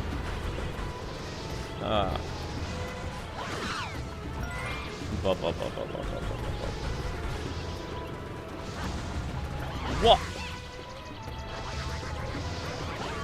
I would like to, you know, for once, put on my my email and see some type of good news or something like from game studios, but it's all doom and gloom, you know. All the time. I basically I blocked a lot of I guess you would call them grifters, because I was just sick and tired. Like I watched some of their videos on or I watched two videos. They were talking about like calling the Wolverine game woke, and I'm like, okay, well, what's going on? Are they pushing like that type of propaganda stuff, or you know, did they change Wolverine's sexuality? Like, what's going on? And they're like, it has minorities in the game. I'm like, okay, I'm done. These people are nuts. It's like, dudes, you've been beating up bad guys of all walks of life since Dark Tomorrow and even before. Maybe even Batman: The Rise of Sinzu. Going back to the Super Nintendo, everybody wore like ski masks for villains, so it's kind of hard to tell somebody's, you know, skin color from like a ski mask. But Dark Tomorrow, you could tell based on the inmates. Even Arkham Asylum, like you had, you know, white and black dudes and Asian dudes you were beating up. It's like, who cares?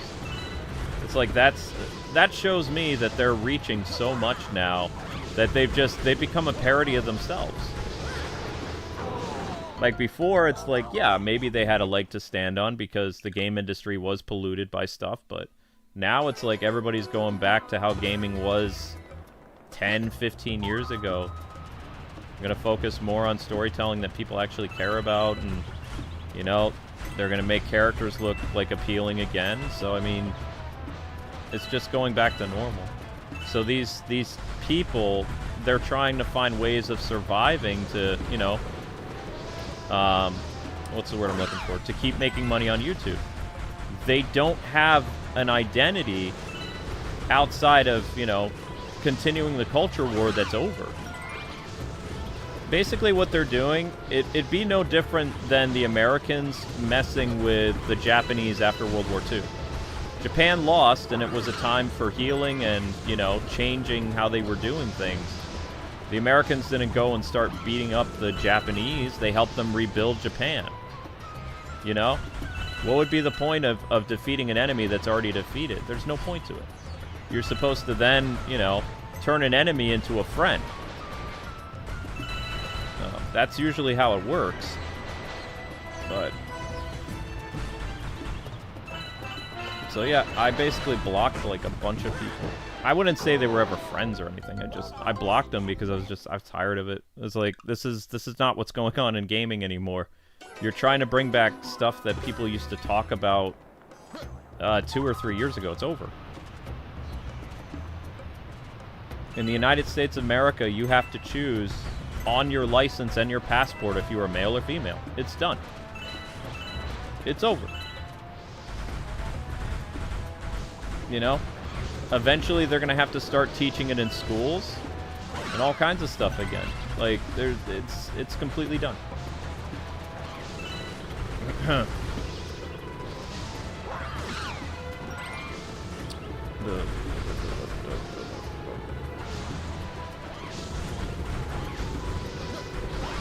Ah!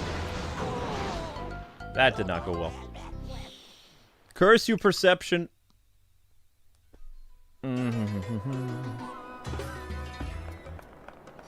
But for me, you know, it's very easy to go back and talk about, you know, how great gaming is and stuff again, because I was never a part of that circle. Even though I was labeled that on Reddit and stuff like that, I only chimed in when it got so bad that, you know, people with common sense had to stick up to it.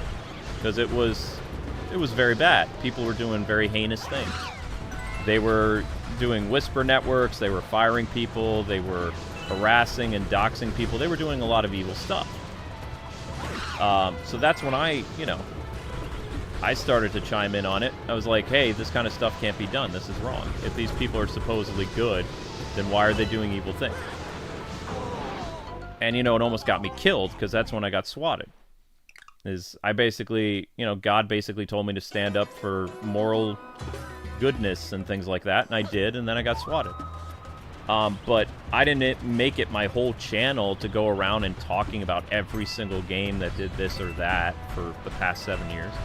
When things got really bad, I spoke out about it, but not to the extent that people think. Couple live streams, couple tweets, that's about it. I never made any videos dedicated to stuff, except for one Spider-Man video. But it was mostly just talking about this is going to be the future of Spider-Man, and people don't want Colgate. They want to see Peter Parker's story end. That's all I said.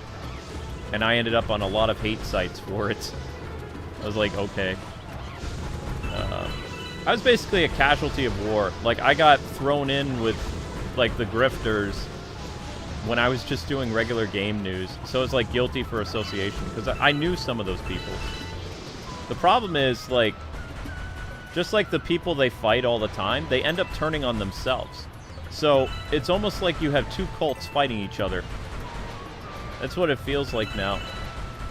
And now you have this other group that's completely, you know, lost in their own version of the past, and they just can't move on to the future. Like, they could easily, I think they could change their channels to actually do gaming news, because there's so much to talk about. Besides the Arabs buying EA, there's lots of interesting things to talk about in gaming right now. You've got the price gouging. You've got, you know, a new Nintendo president is coming. You've got new technology. You've got, you know, the first AI gaming studio. There's all this stuff that people could continue to, if they want to make their channels about gaming news, there's lots of things they could talk about. They don't have to keep chasing, you know, after all these, like, defeated people. It's kind of weird. So if I ever did a game news thing, I would just talk about what's going on in the industry right now. Like, you know, what Nintendo is thinking, why Nintendo has changed so much. This new Devon person, is she going to be a good Nintendo president, or is she going to be another Doug Bowser? You know, is her past at Sony going to come back to haunt gamers? Like, is Nintendo ever going to find their magic again, or are they going to keep chasing the Xbox model of just increasing the price on everything? Because as a Nintendo fan, I don't really like where they're going with the price gouging. Like, to me, it's upsetting. Because it reminds me of how expensive gaming was when I was a kid. Because everybody's freaking out, oh, games are so expensive now. It's like, games were incredibly expensive in the 90s. People just don't want to talk about it.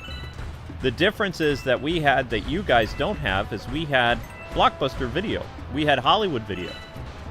Not every one of us would buy video games when they came out because they were $60, $70, $80 a cartridge. It was expensive. You would pay, like, what was it, $5, $10 to rent, like, 2 games at Blockbuster, make it a Blockbuster night, play the newest game if it was in, Because, you know, there's other people in your town, it might not be available. And blockbusters were spaced out in a way that it made it kind of hard to find them all. If your blockbuster was out of a game, then you'd have to, in my case, I would have to go all the way to Albany. And if it wasn't in Albany, I'd have to go to Vermont. Are my parents going to drive me to Vermont? No. So I'd have to wait to play a new game sometimes because someone else in our town would probably rent it. That's just how it was. Because the games were just too expensive. It would take you almost all summer to afford one game for, like, mowing the lawn or whatever you were going to do. Very expensive. I'm surprised, honestly, that no rental company has come up during all this stuff, because people had things like Xbox Game Pass. It was very affordable. And now it's like, what? Isn't it $30 now? Or am I wrong? I thought it got raised to something like $30 or $29.99. It wasn't it like $19 or $12 a little while ago? Something like that.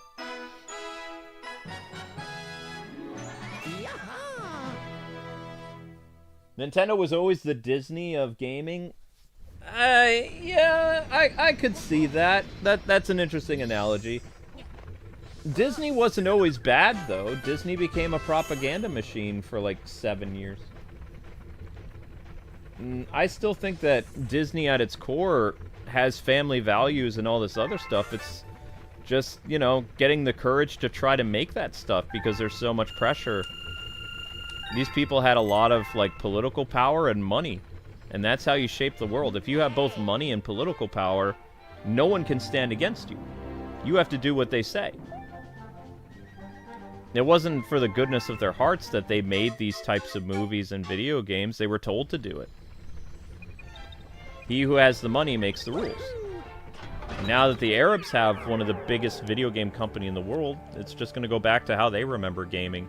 I don't think they're going to push, like, a lot of their religious beliefs in games. But I don't know.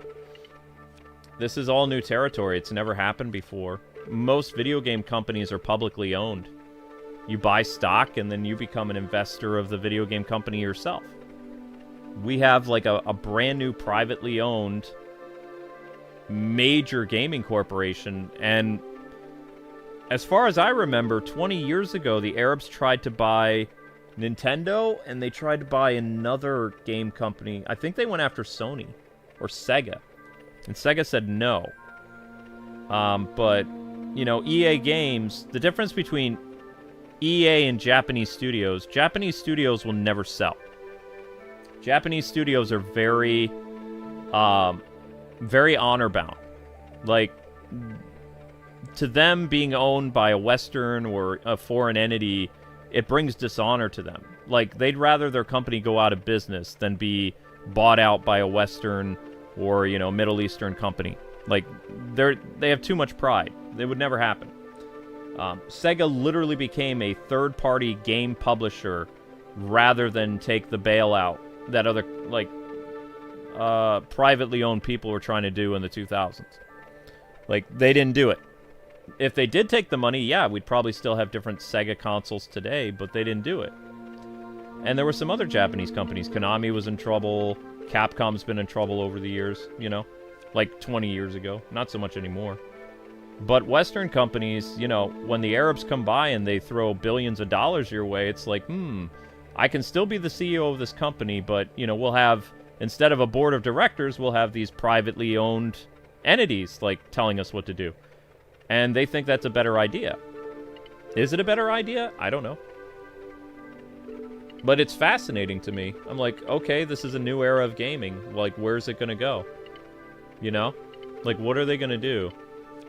Is this going to be for the benefit of gaming, or is this going to be, like, another, like, thing for us to be like,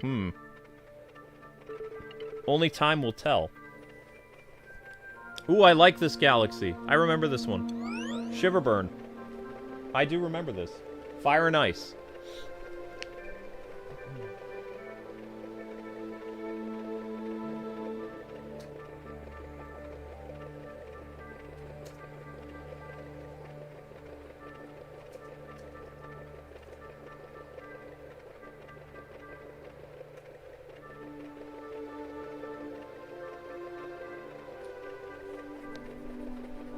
You're concerned about the Nintendo president lady who's coming in? I mean, you just have to check her background. See what kind of stuff she was involved with. Supposedly before Nintendo, she joined Nintendo when I got married. So when Amber and I got married in 2006, she became a part of Reggie and Bill Trenton and Doug Bowser's team. Like, she worked with Doug Bowser, Reggie. If you go back and you watch some of the Nintendo Directs where Reggie is in the board of directors at Nintendo of America, you can see her sitting there. You know, she's much older now, but she's actually in some of the Nintendo Directs. And I don't think she's ever had any interviews, though. And I don't know what her role at Nintendo was. Her role at Sony supposedly was that of a legal representative. Or, like, she worked with their legal team. Which, if that's the case, then Nintendo is going to be sue happy. More sue happy than they are, which is why Japan approved this lady to come in as the Nintendo president. Like, if she's going to help them, like, sue more companies, you know, which I hope not. I hope she kind of goes back to how Reggie did things. Because Americans are not happy with Nintendo. Yes, Nintendo is still selling a bunch, but Nintendo's reputation is getting damaged like it was in the 90s. It's true. A lot of people didn't like how expensive Nintendo was. And even though, you know, Sega wasn't better than the Super Nintendo, they were a more affordable system, and they were more affordable games. Nintendo didn't put their games on sale very much on the Super Nintendo. The only time that you could get Super Nintendo games on sale is when the N64 came out. And even then, I remember buying, and somebody would have to help me out here, but when Marvel War of the Gems came out in 1997 or 1996 on the Super Nintendo, I paid $70 for it when I could buy N64 games under the Player Select thing for $40. So there were still Super Nintendo cartridges that were mucho expensive. But Sega games, you know, if you went into Toys R Us, most people who owned a Genesis, for $70 you could pick up like 2 Genesis games, and sometimes a bargain bin Genesis game too in the Toys R Us thing. But if you went into Toys R Us with $70, you could only walk out with maybe 1 Super Nintendo cartridge, an N64 game, or like, you know, a couple bargain bin NES games. And then you have to be like, well, was that worth it or not? I don't know. It was a different time back then, you know? But nowadays, you guys have a lot less. And here's a thing that a lot of people don't talk about that I think people should. There is no reason that digital games should be more expensive than physical. When you buy a physical game, you're buying the packaging, you're buying the disc, and all this other stuff. What are you buying when you get the game digital? Nothing. You don't get a manual, you don't get a box, you don't get a soundtrack, you don't get anything. And yet, they have you paying exactly the same for what? To get it 12 hours early? There needs to be people that, you know, start really making the game industry rethink some things, because there was a time where digital games was actually cheaper than physical. That's not the case anymore. Like, honestly, just think about that. What is it about a digital game that makes it worth being the exact same price of a physical game? Like, really think about that. And, you know, for me, I can't really see, other than the convenience of getting it early and not having to stand in line and all that other stuff. Okay, but that's not enough. If anything, digital games should be $15 cheaper than physical. I don't think that's asking too much. Even $10 cheaper would be fine. Every once in a while you get sales for digital games, but these are the type of things that a lot of these American presidents and other things, they really need to be evaluated. Because their consumers are asking these types of questions, and when these developers basically like, we're not going to talk about that kind of stuff, what they do is these gamers then become pirates. It's true. Piracy happens in the game industry when prices are too high, and, you know, the players' voices fall on deaf ears. When the game industry doesn't listen to the consumer, it's very bad. They don't realize, see, a lot of these like, out-of-touch suits and stuff like that, what they're trying to do is they're trying to turn the game industry into how Hollywood and the comic book industry and the film and, like, the animation industry works, which is without the feedback and the input of their consumers. That's what, you know, these gaming executives want to turn gaming into. And it won't work that way, because gamers and game developers, they're always working hand in hand, providing, you know, important feedback to patch their games, you know, fixing bugs before a game releases, having open betas, having demos, all this stuff. All of that thing is necessary for feedback between fan and creator. And a lot of these, you know, out-of-touch executives, they're trying to remove that aspect of, I wouldn't say a symbiotic relationship between gamers and, you know, game studios, but it's very different type of media than what a lot of these suits are trying to do. They're trying to, you know, put us in a position that we have no power over them, or even any power whatsoever. And that should terrify people, because the game industry was like that at one point. And you want to know what happened to the game industry? It collapsed. Because that's how Atari and all these other people used to operate when the Atari 2600 and all those other things happened. And it led to the game crash of 1983. When gaming came back, it looked like a lot of people were, you know, being very friendly to gamers, and they were doing things like Nintendo had a hotline to help people with game hints and stuff like that. They released the Nintendo Power magazine by, like, 1988. Electronic Gaming Monthly happened, you know. They were trying to show that, hey, we're gamers just like you, and, you know, what you guys have to say and what we have to say, it's all important. And now they're moving away from that. That should terrify everybody.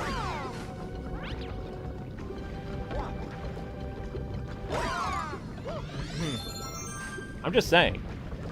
Like, this is the kind of stuff that... I've been a gamer for 40 years. Almost.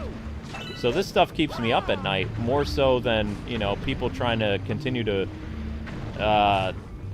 grift on something that's already... I can understand if the culture war wasn't over. Like, yeah, I guess I would be in there with the trenches with them. But for me, the culture war is won. There's no point. I don't take any pleasure in beating my enemies to a pulp when they're already defeated. It's like, what's the point of that? You know? It's over. It's not a very honorable thing to keep doing. Like, if it's still ongoing and the war is still happening, yeah, sure, whatever. But for me, it doesn't look like the war is still happening. There's too much evidence of the contrary. And you could just take a look at all the games coming out in 2026, 2027, and you'll see what my point is. So for me, I'm kind of like, I wouldn't say I'm retired, but I don't see a point in continuing it. Like, you know, I put my uniform and my hat away and my bayonet. Yeah, I don't need it anymore. The game industry is changing back to how it was, which is going to be better for everybody. So I think it's just kind of mean-spirited to keep, like, harping on people. How are people ever going to learn if you continue to beat them over the head with stuff? Like, people have to learn and they have to change. You know, they have to take the whooping that they got, and they did get a whooping. You know? 8,000 people got unemployed. Out of those 8,000 people, a lot of them were wackos. A lot of them, you know, did a lot of bad stuff in the game industry. But it's like, that was almost a year ago now that these mass firings happened. And, you know, of course, EA is probably going to go through that next year or by the time the buyout is over. Buyouts usually take about 2 or 3 years. So even though this stuff is happening now, either most people are going to quit on their own or, you know, they'll get fired later on. But you can't expect people to change if they don't learn from their mistakes. That's what makes us human. To error is human. You have to learn in order to grow. You have to fail to succeed. And you don't want these people to be completely, like, go away. You want them to learn how to compromise and how to work together in the game industry. Because the way that they were doing things was so petty and Just, like, not in a way that there was nothing to compromise with people. It was like, they're going to do this, and there's nothing you can say about it, and if you stand up to them, you're going to lose your job. You know, that's not right. So these people, in order to stay in our industry, they need to change, and we want them to change. I think that's, you know, what most people, at least I hope that's what most people are hoping for. I don't want these people to live in a box forever. I want them to get better and to realize what their priorities are in the gaming space. I definitely need this now. How much? Okay, that's doable. That's doable. This one.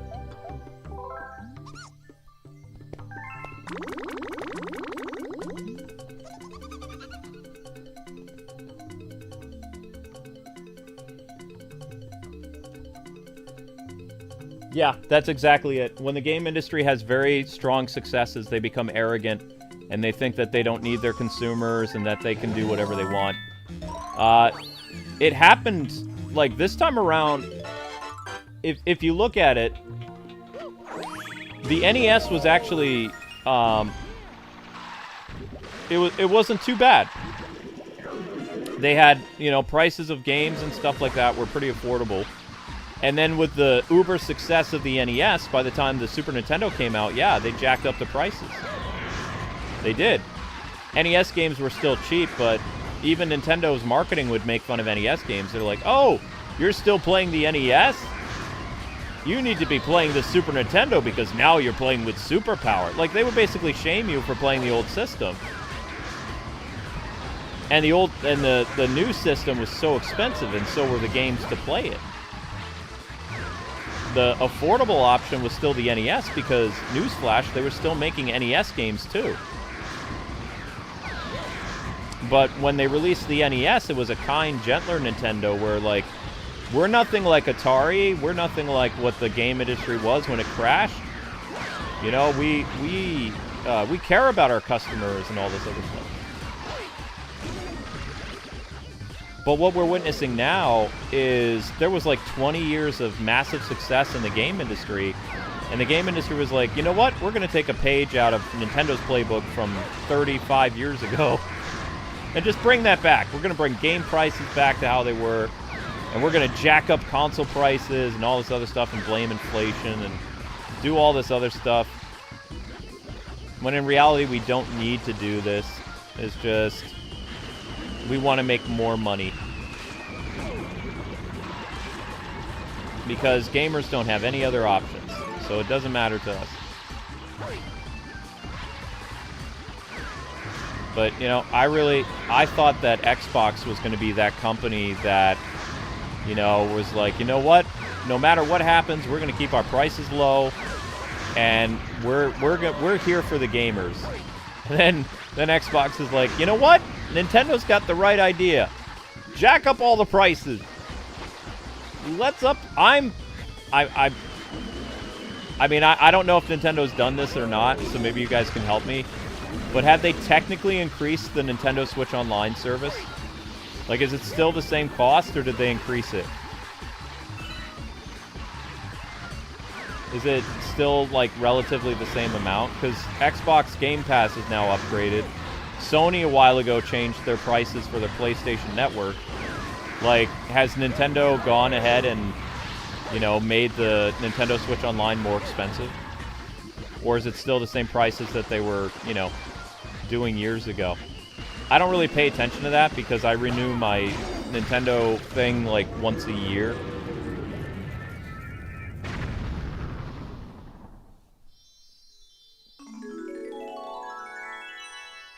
It's still the same price so far? Okay.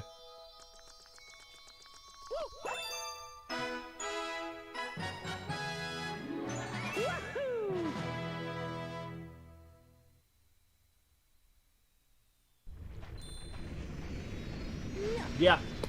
That's exactly correct. They don't care about bringing in new customers. They're like, hey, we've got all these old fuddy-duddies who've been playing games for like 30, 40 years. Let's just jack up the prices because They love us so much, they're going to keep spending money for us. But eventually, people are going to get to the point where they're not going to buy the new games anymore. They don't think it's coming, but it's coming.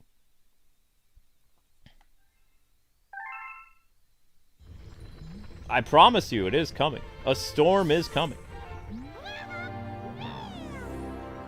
Because you can only push the little guy around so long before either they completely boycott you or, you know, they find more dubious methods for playing games. Which involves yo-ho, yo-ho. To my most lost Luma, there are many kind-hearted people out there who are watching over you. I hope the attached item is helpful. Please don't give me a lot of lives. Oh, they never give lives. Okay. But I like the analogy that one of you guys came up with in the chat. You said that Nintendo is basically the Disney of video games. You're correct. Disney had a time where they were beloved, and, you know, families loved them, and everybody had good memories with Disney, and then Disney turned into the evil empire. And now Nintendo is doing the same thing. Nintendo has all this nostalgia that people have for them, but they're making a lot of practices that are making gamers, like, very hesitant. Like, whoa, hold on. That's not right, you know? And so Nintendo is entering, like, the evil empire phase that Disney did. And it's crazy to say this, but the evidence is clear that they're doing the exact same thing. They're making the same mistake that Disney did. Disney basically torpedoed their family-friendly market and lost billions of dollars chasing 1% of people that they had to include in their movies. And they just basically told the traditional family values, screw you, we're going to do what we want. And the traditional family value people are like, well, I guess we're not going to watch you anymore because you're not appropriate. And Disney was like, ha, it doesn't matter, I'm Disney, this isn't going to impact me. 7 years later, Disney's lost billions and billions and billions. And they're kind of like, maybe we need to hold off on some of this stuff. But it took them to have their pockets basically emptied before they made the realization that, hold on, maybe we went a bit too far, or maybe we pushed too much. But at that point, it's too late because your reputation with all those millions of families around the world, it's ruined.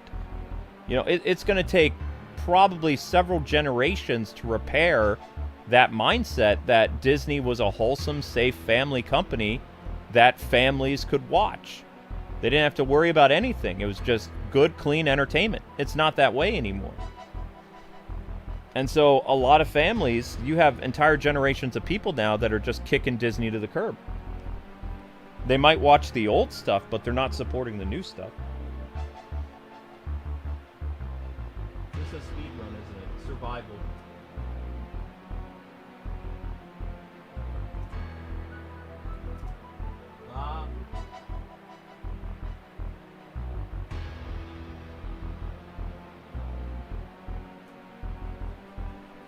Okay, so we're gonna have to get to that. I do have another stream after this, but it's not Mario Galaxy. I have one more game I have to do tonight. Oh, this is gonna be bad. I don't know if I could do this. I don't think I could do this without getting hit. We'll try. So you're saying that's a sand dragon, huh? Okay.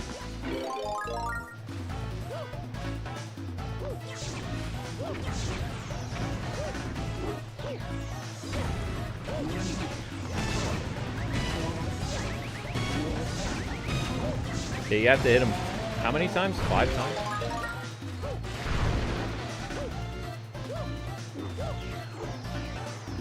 I mean, as long as I don't make costly mistakes, I should be able to do this. Whoops. Okay, one more. Now he's gonna get nasty. Yep. Uh-oh!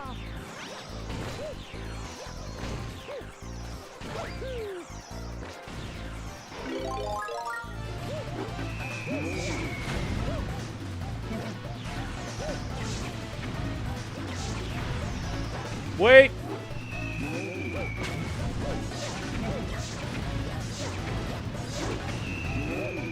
Oh gosh.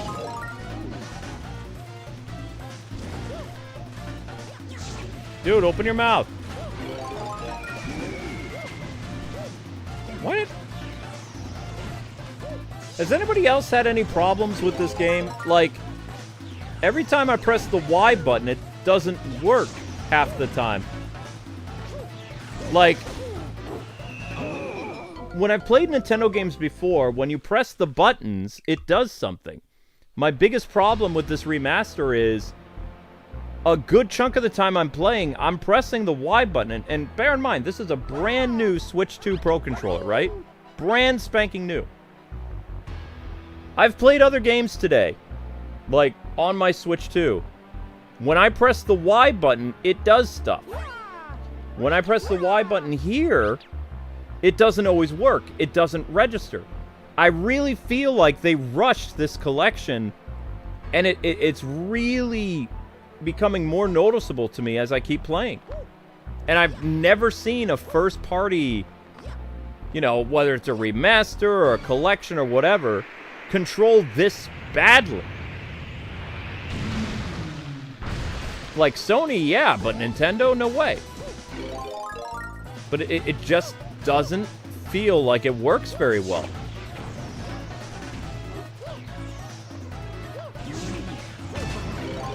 Like right now, I just tried to shoot him, it didn't work. He just stood there. He did it again.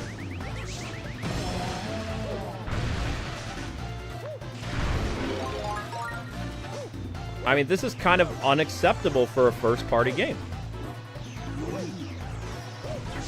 Like, third-party, sure, but first-party Nintendo game? No way. And you could make the argument, well, I mean, it is a remastered port, but it's like, does that still make it okay? I don't think so. I don't think it makes it okay at all.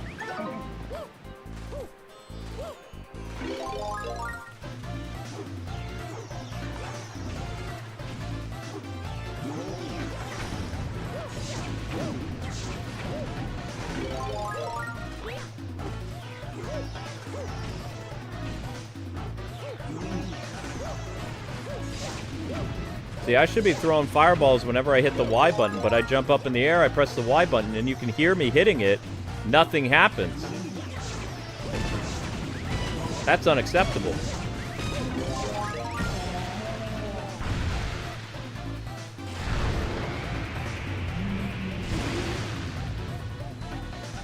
I'm not spamming the fireball. I literally jump up to hit with the fireball and it doesn't respond.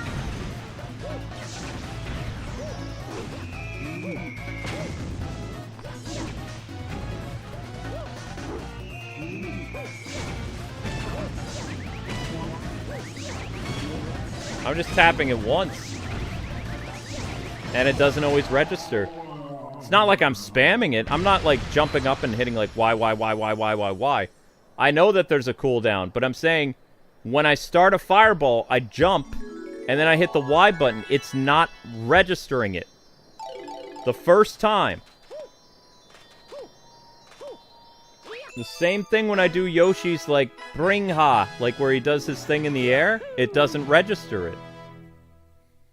I've died so much in this game because of faulty controls. When I, like, hit Yoshi's, like, you know, running in the air thing, it's supposed to work every single time. It doesn't always work. And that really concerns me. No, I don't think it's the sand. Because it happened to me, like, when I was timed and I was in the snow area, and I was trying to, like, thaw out Bowser's thing, like, last night's stream, the fireball wouldn't work then either. It was very frustrating. It was like, wait a sec, this isn't right. It's like, what's going on here? Alright, so I can't do the Bowser Castle yet. I need 55 stars, so I need one more star. Okie doke.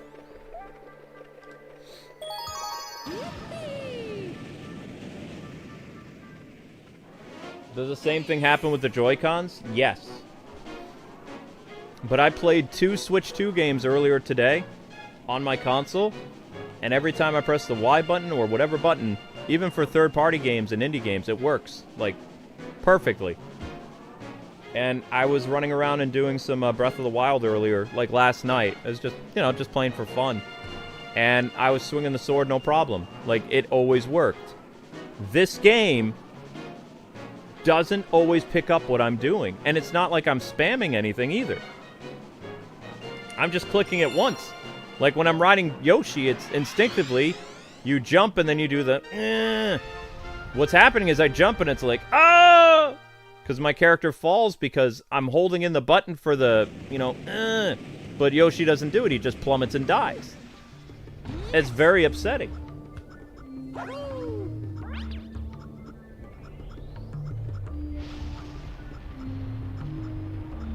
Yeah, I tell you how it is, guys. Like, I'm not sugarcoating it. Like, I don't understand what Big N is doing. Because this is not, like... I've noticed, like, faulty controls and stuff like that with, like, third parties or indie games, whatever. You know, those are third party, those are indie games. You could say, well, that's an optimization thing, or they didn't know how to use Nintendo's equipment.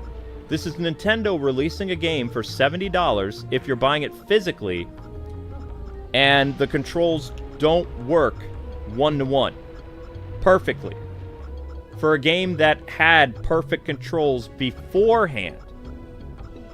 You can say what you will about Mario Galaxy 2 on Wii in 2010. It worked effortlessly.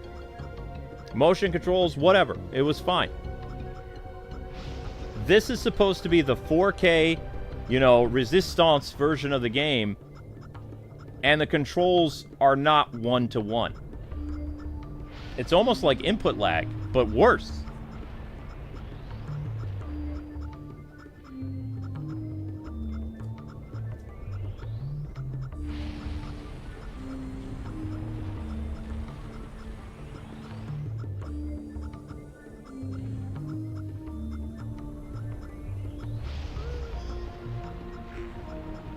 Yeah, and I don't know if you guys have seen it sometimes, but Mario and Luigi both run in circles sometimes, like randomly. It's happened a couple times in this live stream series where I'm trying to jump somewhere, and all of a sudden Mario and Luigi, they start spinning around in circles for like 2 or 3 times, and I can't control them. Either they run off the cliff, or they like hit an enemy or something. It's really annoying, but I can't do anything about it.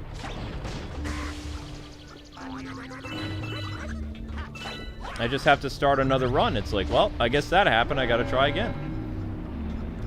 But it's annoying. That's not the Nintendo seal quality that I'm used to. That's lazy. That's like, we're gonna use the Nintendo seal quality, but we're gonna release a product that's not, you know, perfect. And unfortunately, Nintendo's not a company that, you know, prioritizes making patches for their first-party games. They get insulted when you talk to them like that. They're like, how dare you? Our first-party games are perfect. So they're not even open to patching things. They expect other companies to patch their stuff, though. Like when they were very upset before, when the Switch 2 first released, there was like 200 games that didn't work on the Switch 2. And they prioritized getting these like really popular games like Doom and Persona and all this other stuff to work. But as far as I know, I don't remember ever reading any patch notes for like their games on Switch 2 for like, you know, Mario Odyssey and all that other stuff, other than upscaling it. And Mario Odyssey played fine. I just played Mario Odyssey on Switch 2, even though it wasn't a Switch 2 game. It was updated for Switch 2, right? It wasn't a Switch 2 Enhanced Edition.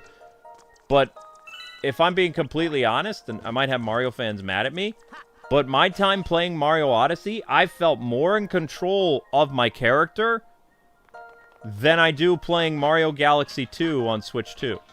Like, this was supposed to be a very relaxing, fun series for me. I've got sweat on my brow. I'm angry. I'm a little irritated. And I wasn't that way in Mario Odyssey at all. Like, I didn't get annoyed in Odyssey whatsoever. I was in full control of everything. If anything, it felt like the Switch 2 enhancements made Mario Odyssey a lot easier to play. It looked beautiful and all this other stuff. But while Mario Galaxy 2 has a nice new coat of paint, under the hood needs a lot of work. It feels like it wasn't quite ready yet. And the question is, will Nintendo actually fix it? I say probably not. They won't probably even acknowledge the problems until, like, right around when the movie comes out.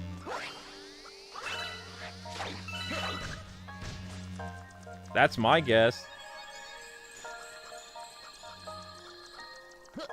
I don't know where this hidden star is. Oh, there it is. This is it. That was easy. Yo, you got the time? Time to take on the chimp. I hope you like to skate, pal, because we're going to need to skate and bump as many gummites as possible. Avoid the spiky ones, though. How many do I got to do? 600 points? Yo.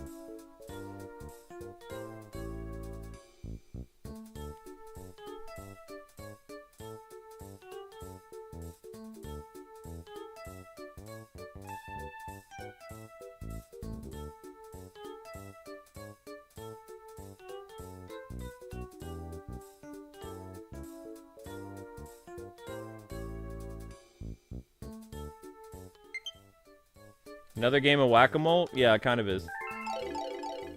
But it's not like I'm a Nintendo hater or anything like that. Like, Mario Odyssey, just playing it recently with the updates, it was flawless. I was expecting that same quality with Mario Galaxy, especially for the price that they're asking for both games. It makes me worried that maybe Mario Galaxy 1 controls just as wonky as Galaxy 2 does.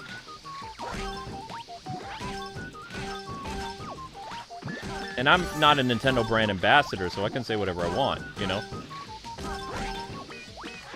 But, I mean, it's troubling to me, because I'm like, wait a second.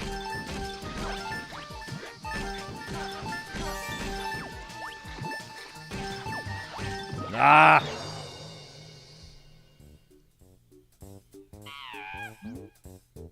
So the spinny spin glitch was in the original? I never remember that happening in the Wii version, though. But, I mean, the Wii version didn't play super fast, though. It had some frame rate issues. Although, you didn't notice it too much because the entire game was set at a certain frame rate anyway. It's just like, during some of the boss battles, it would feel like it was kind of slow. And then you would have to get used to it. Like, especially when you were fighting Bowser and those energy waves were coming at you. Made things a little sticky. But you adjusted to it.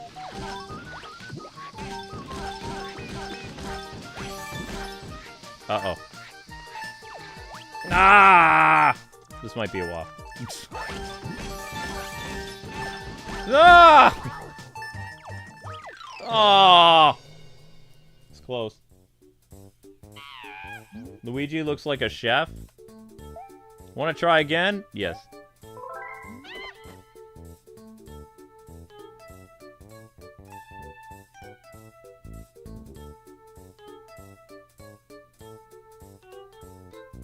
The glitch is exclusive to the ports of this? Okay.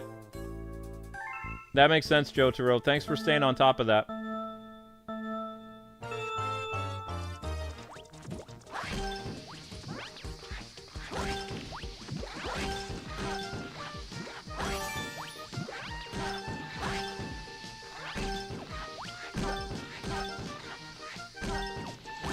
Oh, I thought I was going to ram into it that time.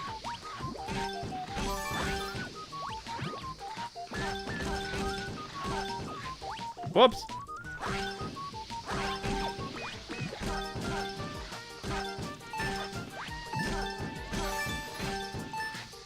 Ah!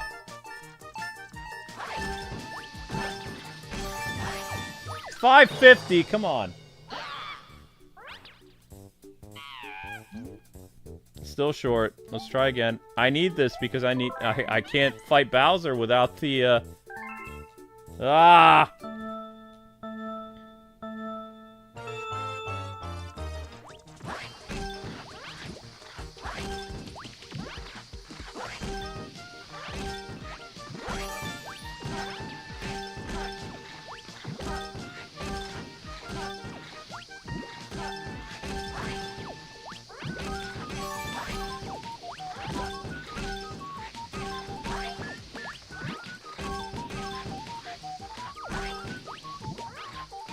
Oh, gosh, I missed all of them. Shoot.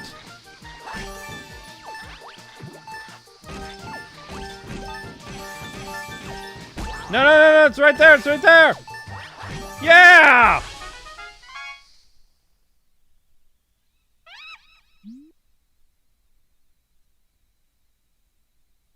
You got 630. You may be my eternal rival when it comes to the gaming skill. See you in action. Okay, just give me the star. Thank you, monkey.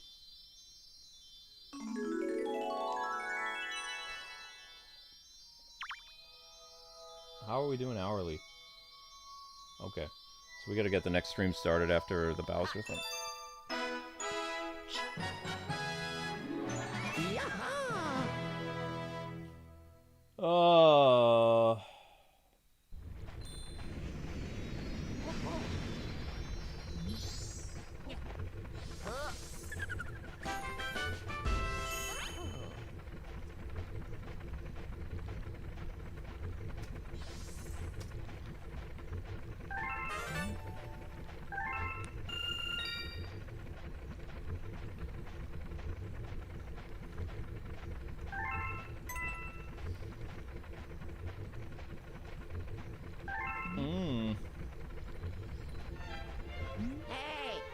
Yep. Okay, thank you, Ouija. Now, can Ouija actually take on the bosses, too? Or he can't take on the bosses?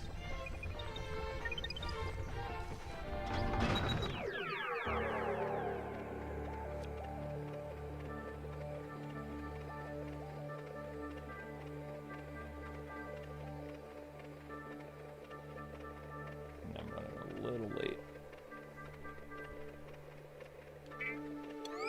You better allow me to move forward. I gotta get over here and fight Bowser Jr., yo. There we go.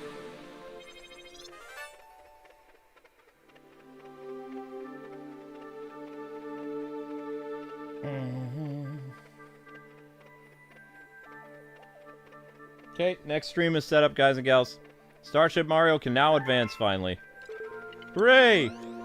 Bowser Jr.'s Boom Bunker.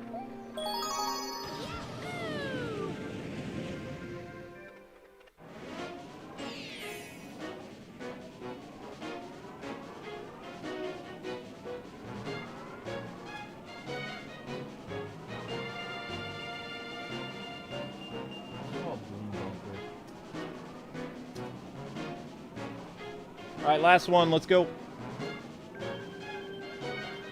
What? Just click. Oh my gosh. Oh. Why is it so annoying?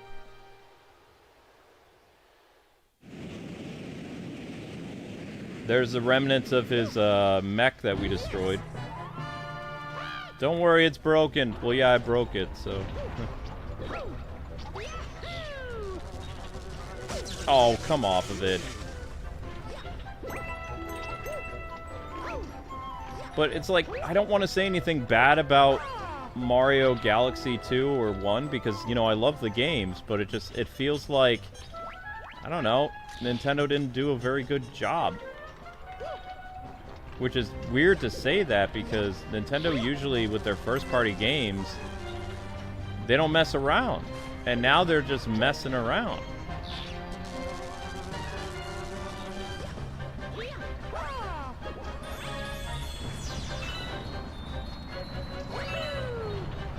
Come on. Ah!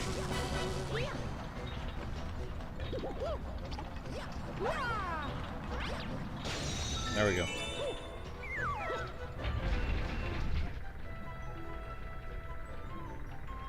Okay, just hold.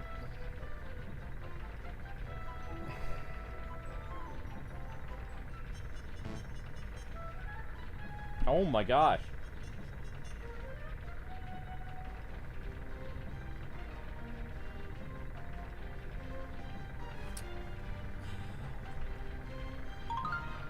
Yeah, I know. Alright,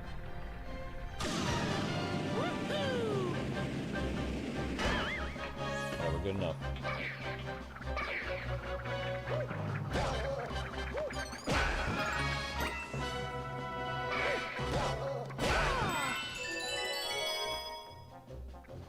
You got some food? Oh,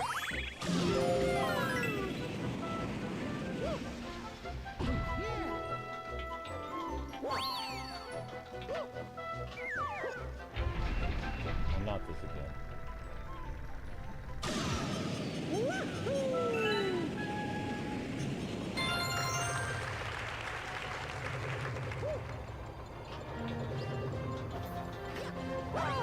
Oh no! Maybe they'll patch it. I hope so, Isaiah. Like, I hope Nintendo's, you know, not too proud to be like, hey, you know what? We've heard some complaints and we fine-tuned it.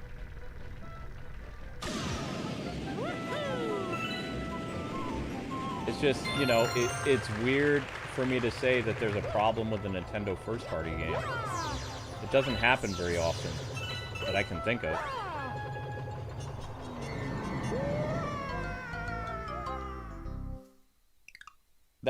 That seal of quality used to mean something, you know? I mean, I don't know if Nintendo still has a seal of quality on their products, but when I was a kid, they did. Whoops.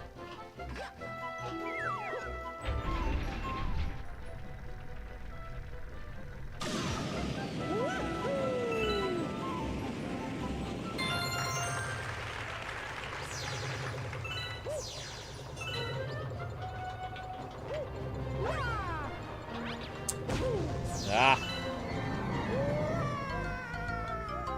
Down the black hole again. Yeah, I know.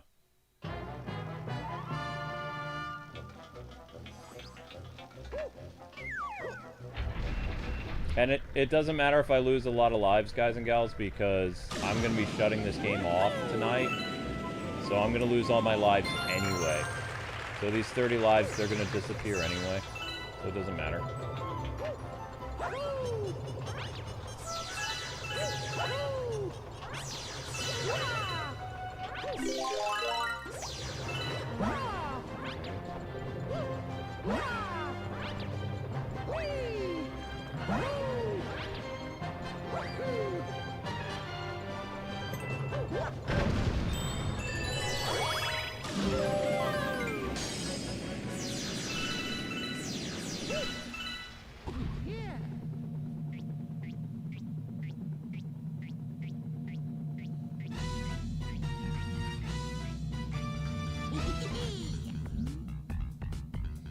My dad's gonna get angry if I let you get another Grand Star. Time to break out my boomstay machine. I'll just relax in my comfy cockpit and watch you go boom.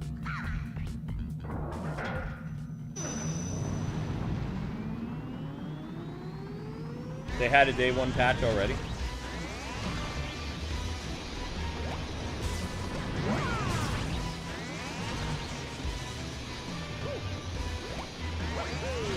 Don't underestimate me. Told you.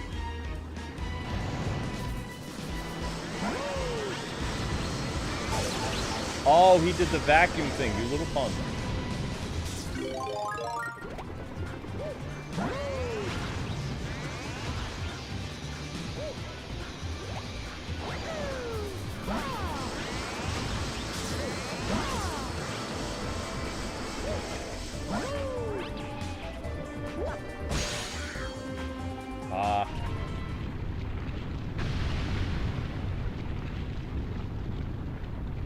Ooh, now you made it a tank. What? And that's gonna come back and bite me because he started running around in circles like an idiot. Cool.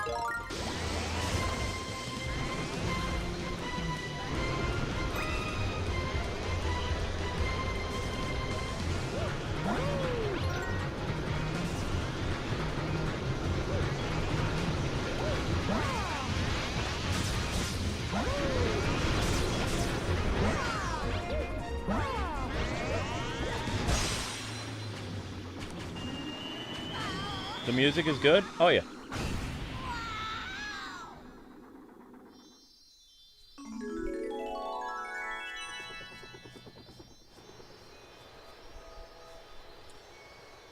Okay, so tomorrow will be the grand finale.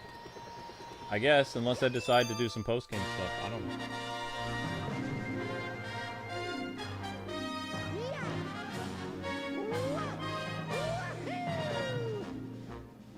Did you see how he ran around in circles, though, and I got hit when I didn't want to get hit? I had no control over it. The game just decided randomly, my character's going to run around in circles for some reason. I was like, what?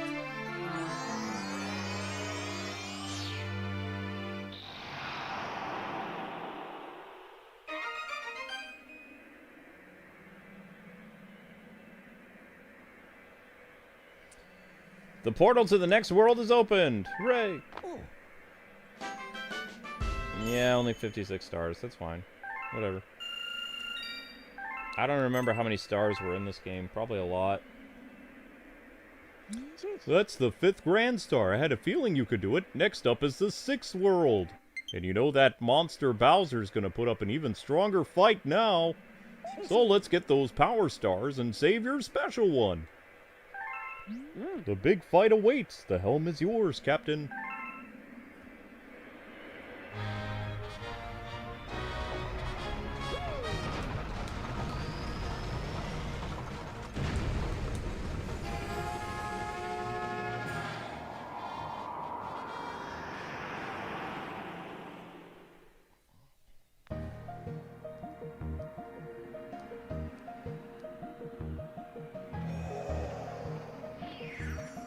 Ooh, the battle draws near. Do your best, and let's get 'em this time. What do you mean this time? I don't know what you mean by this time. I'm very concerned. I hope I continue all my, coins and crap. I know my lives reset, but...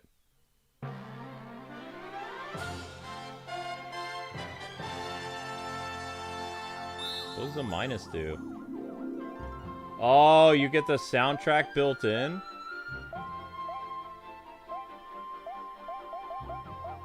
Oh, that's kind of cool.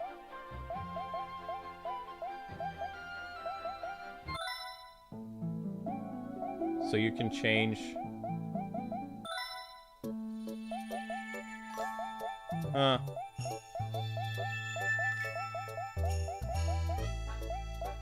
Sorry guys, ADD moment. I'm very easily distracted.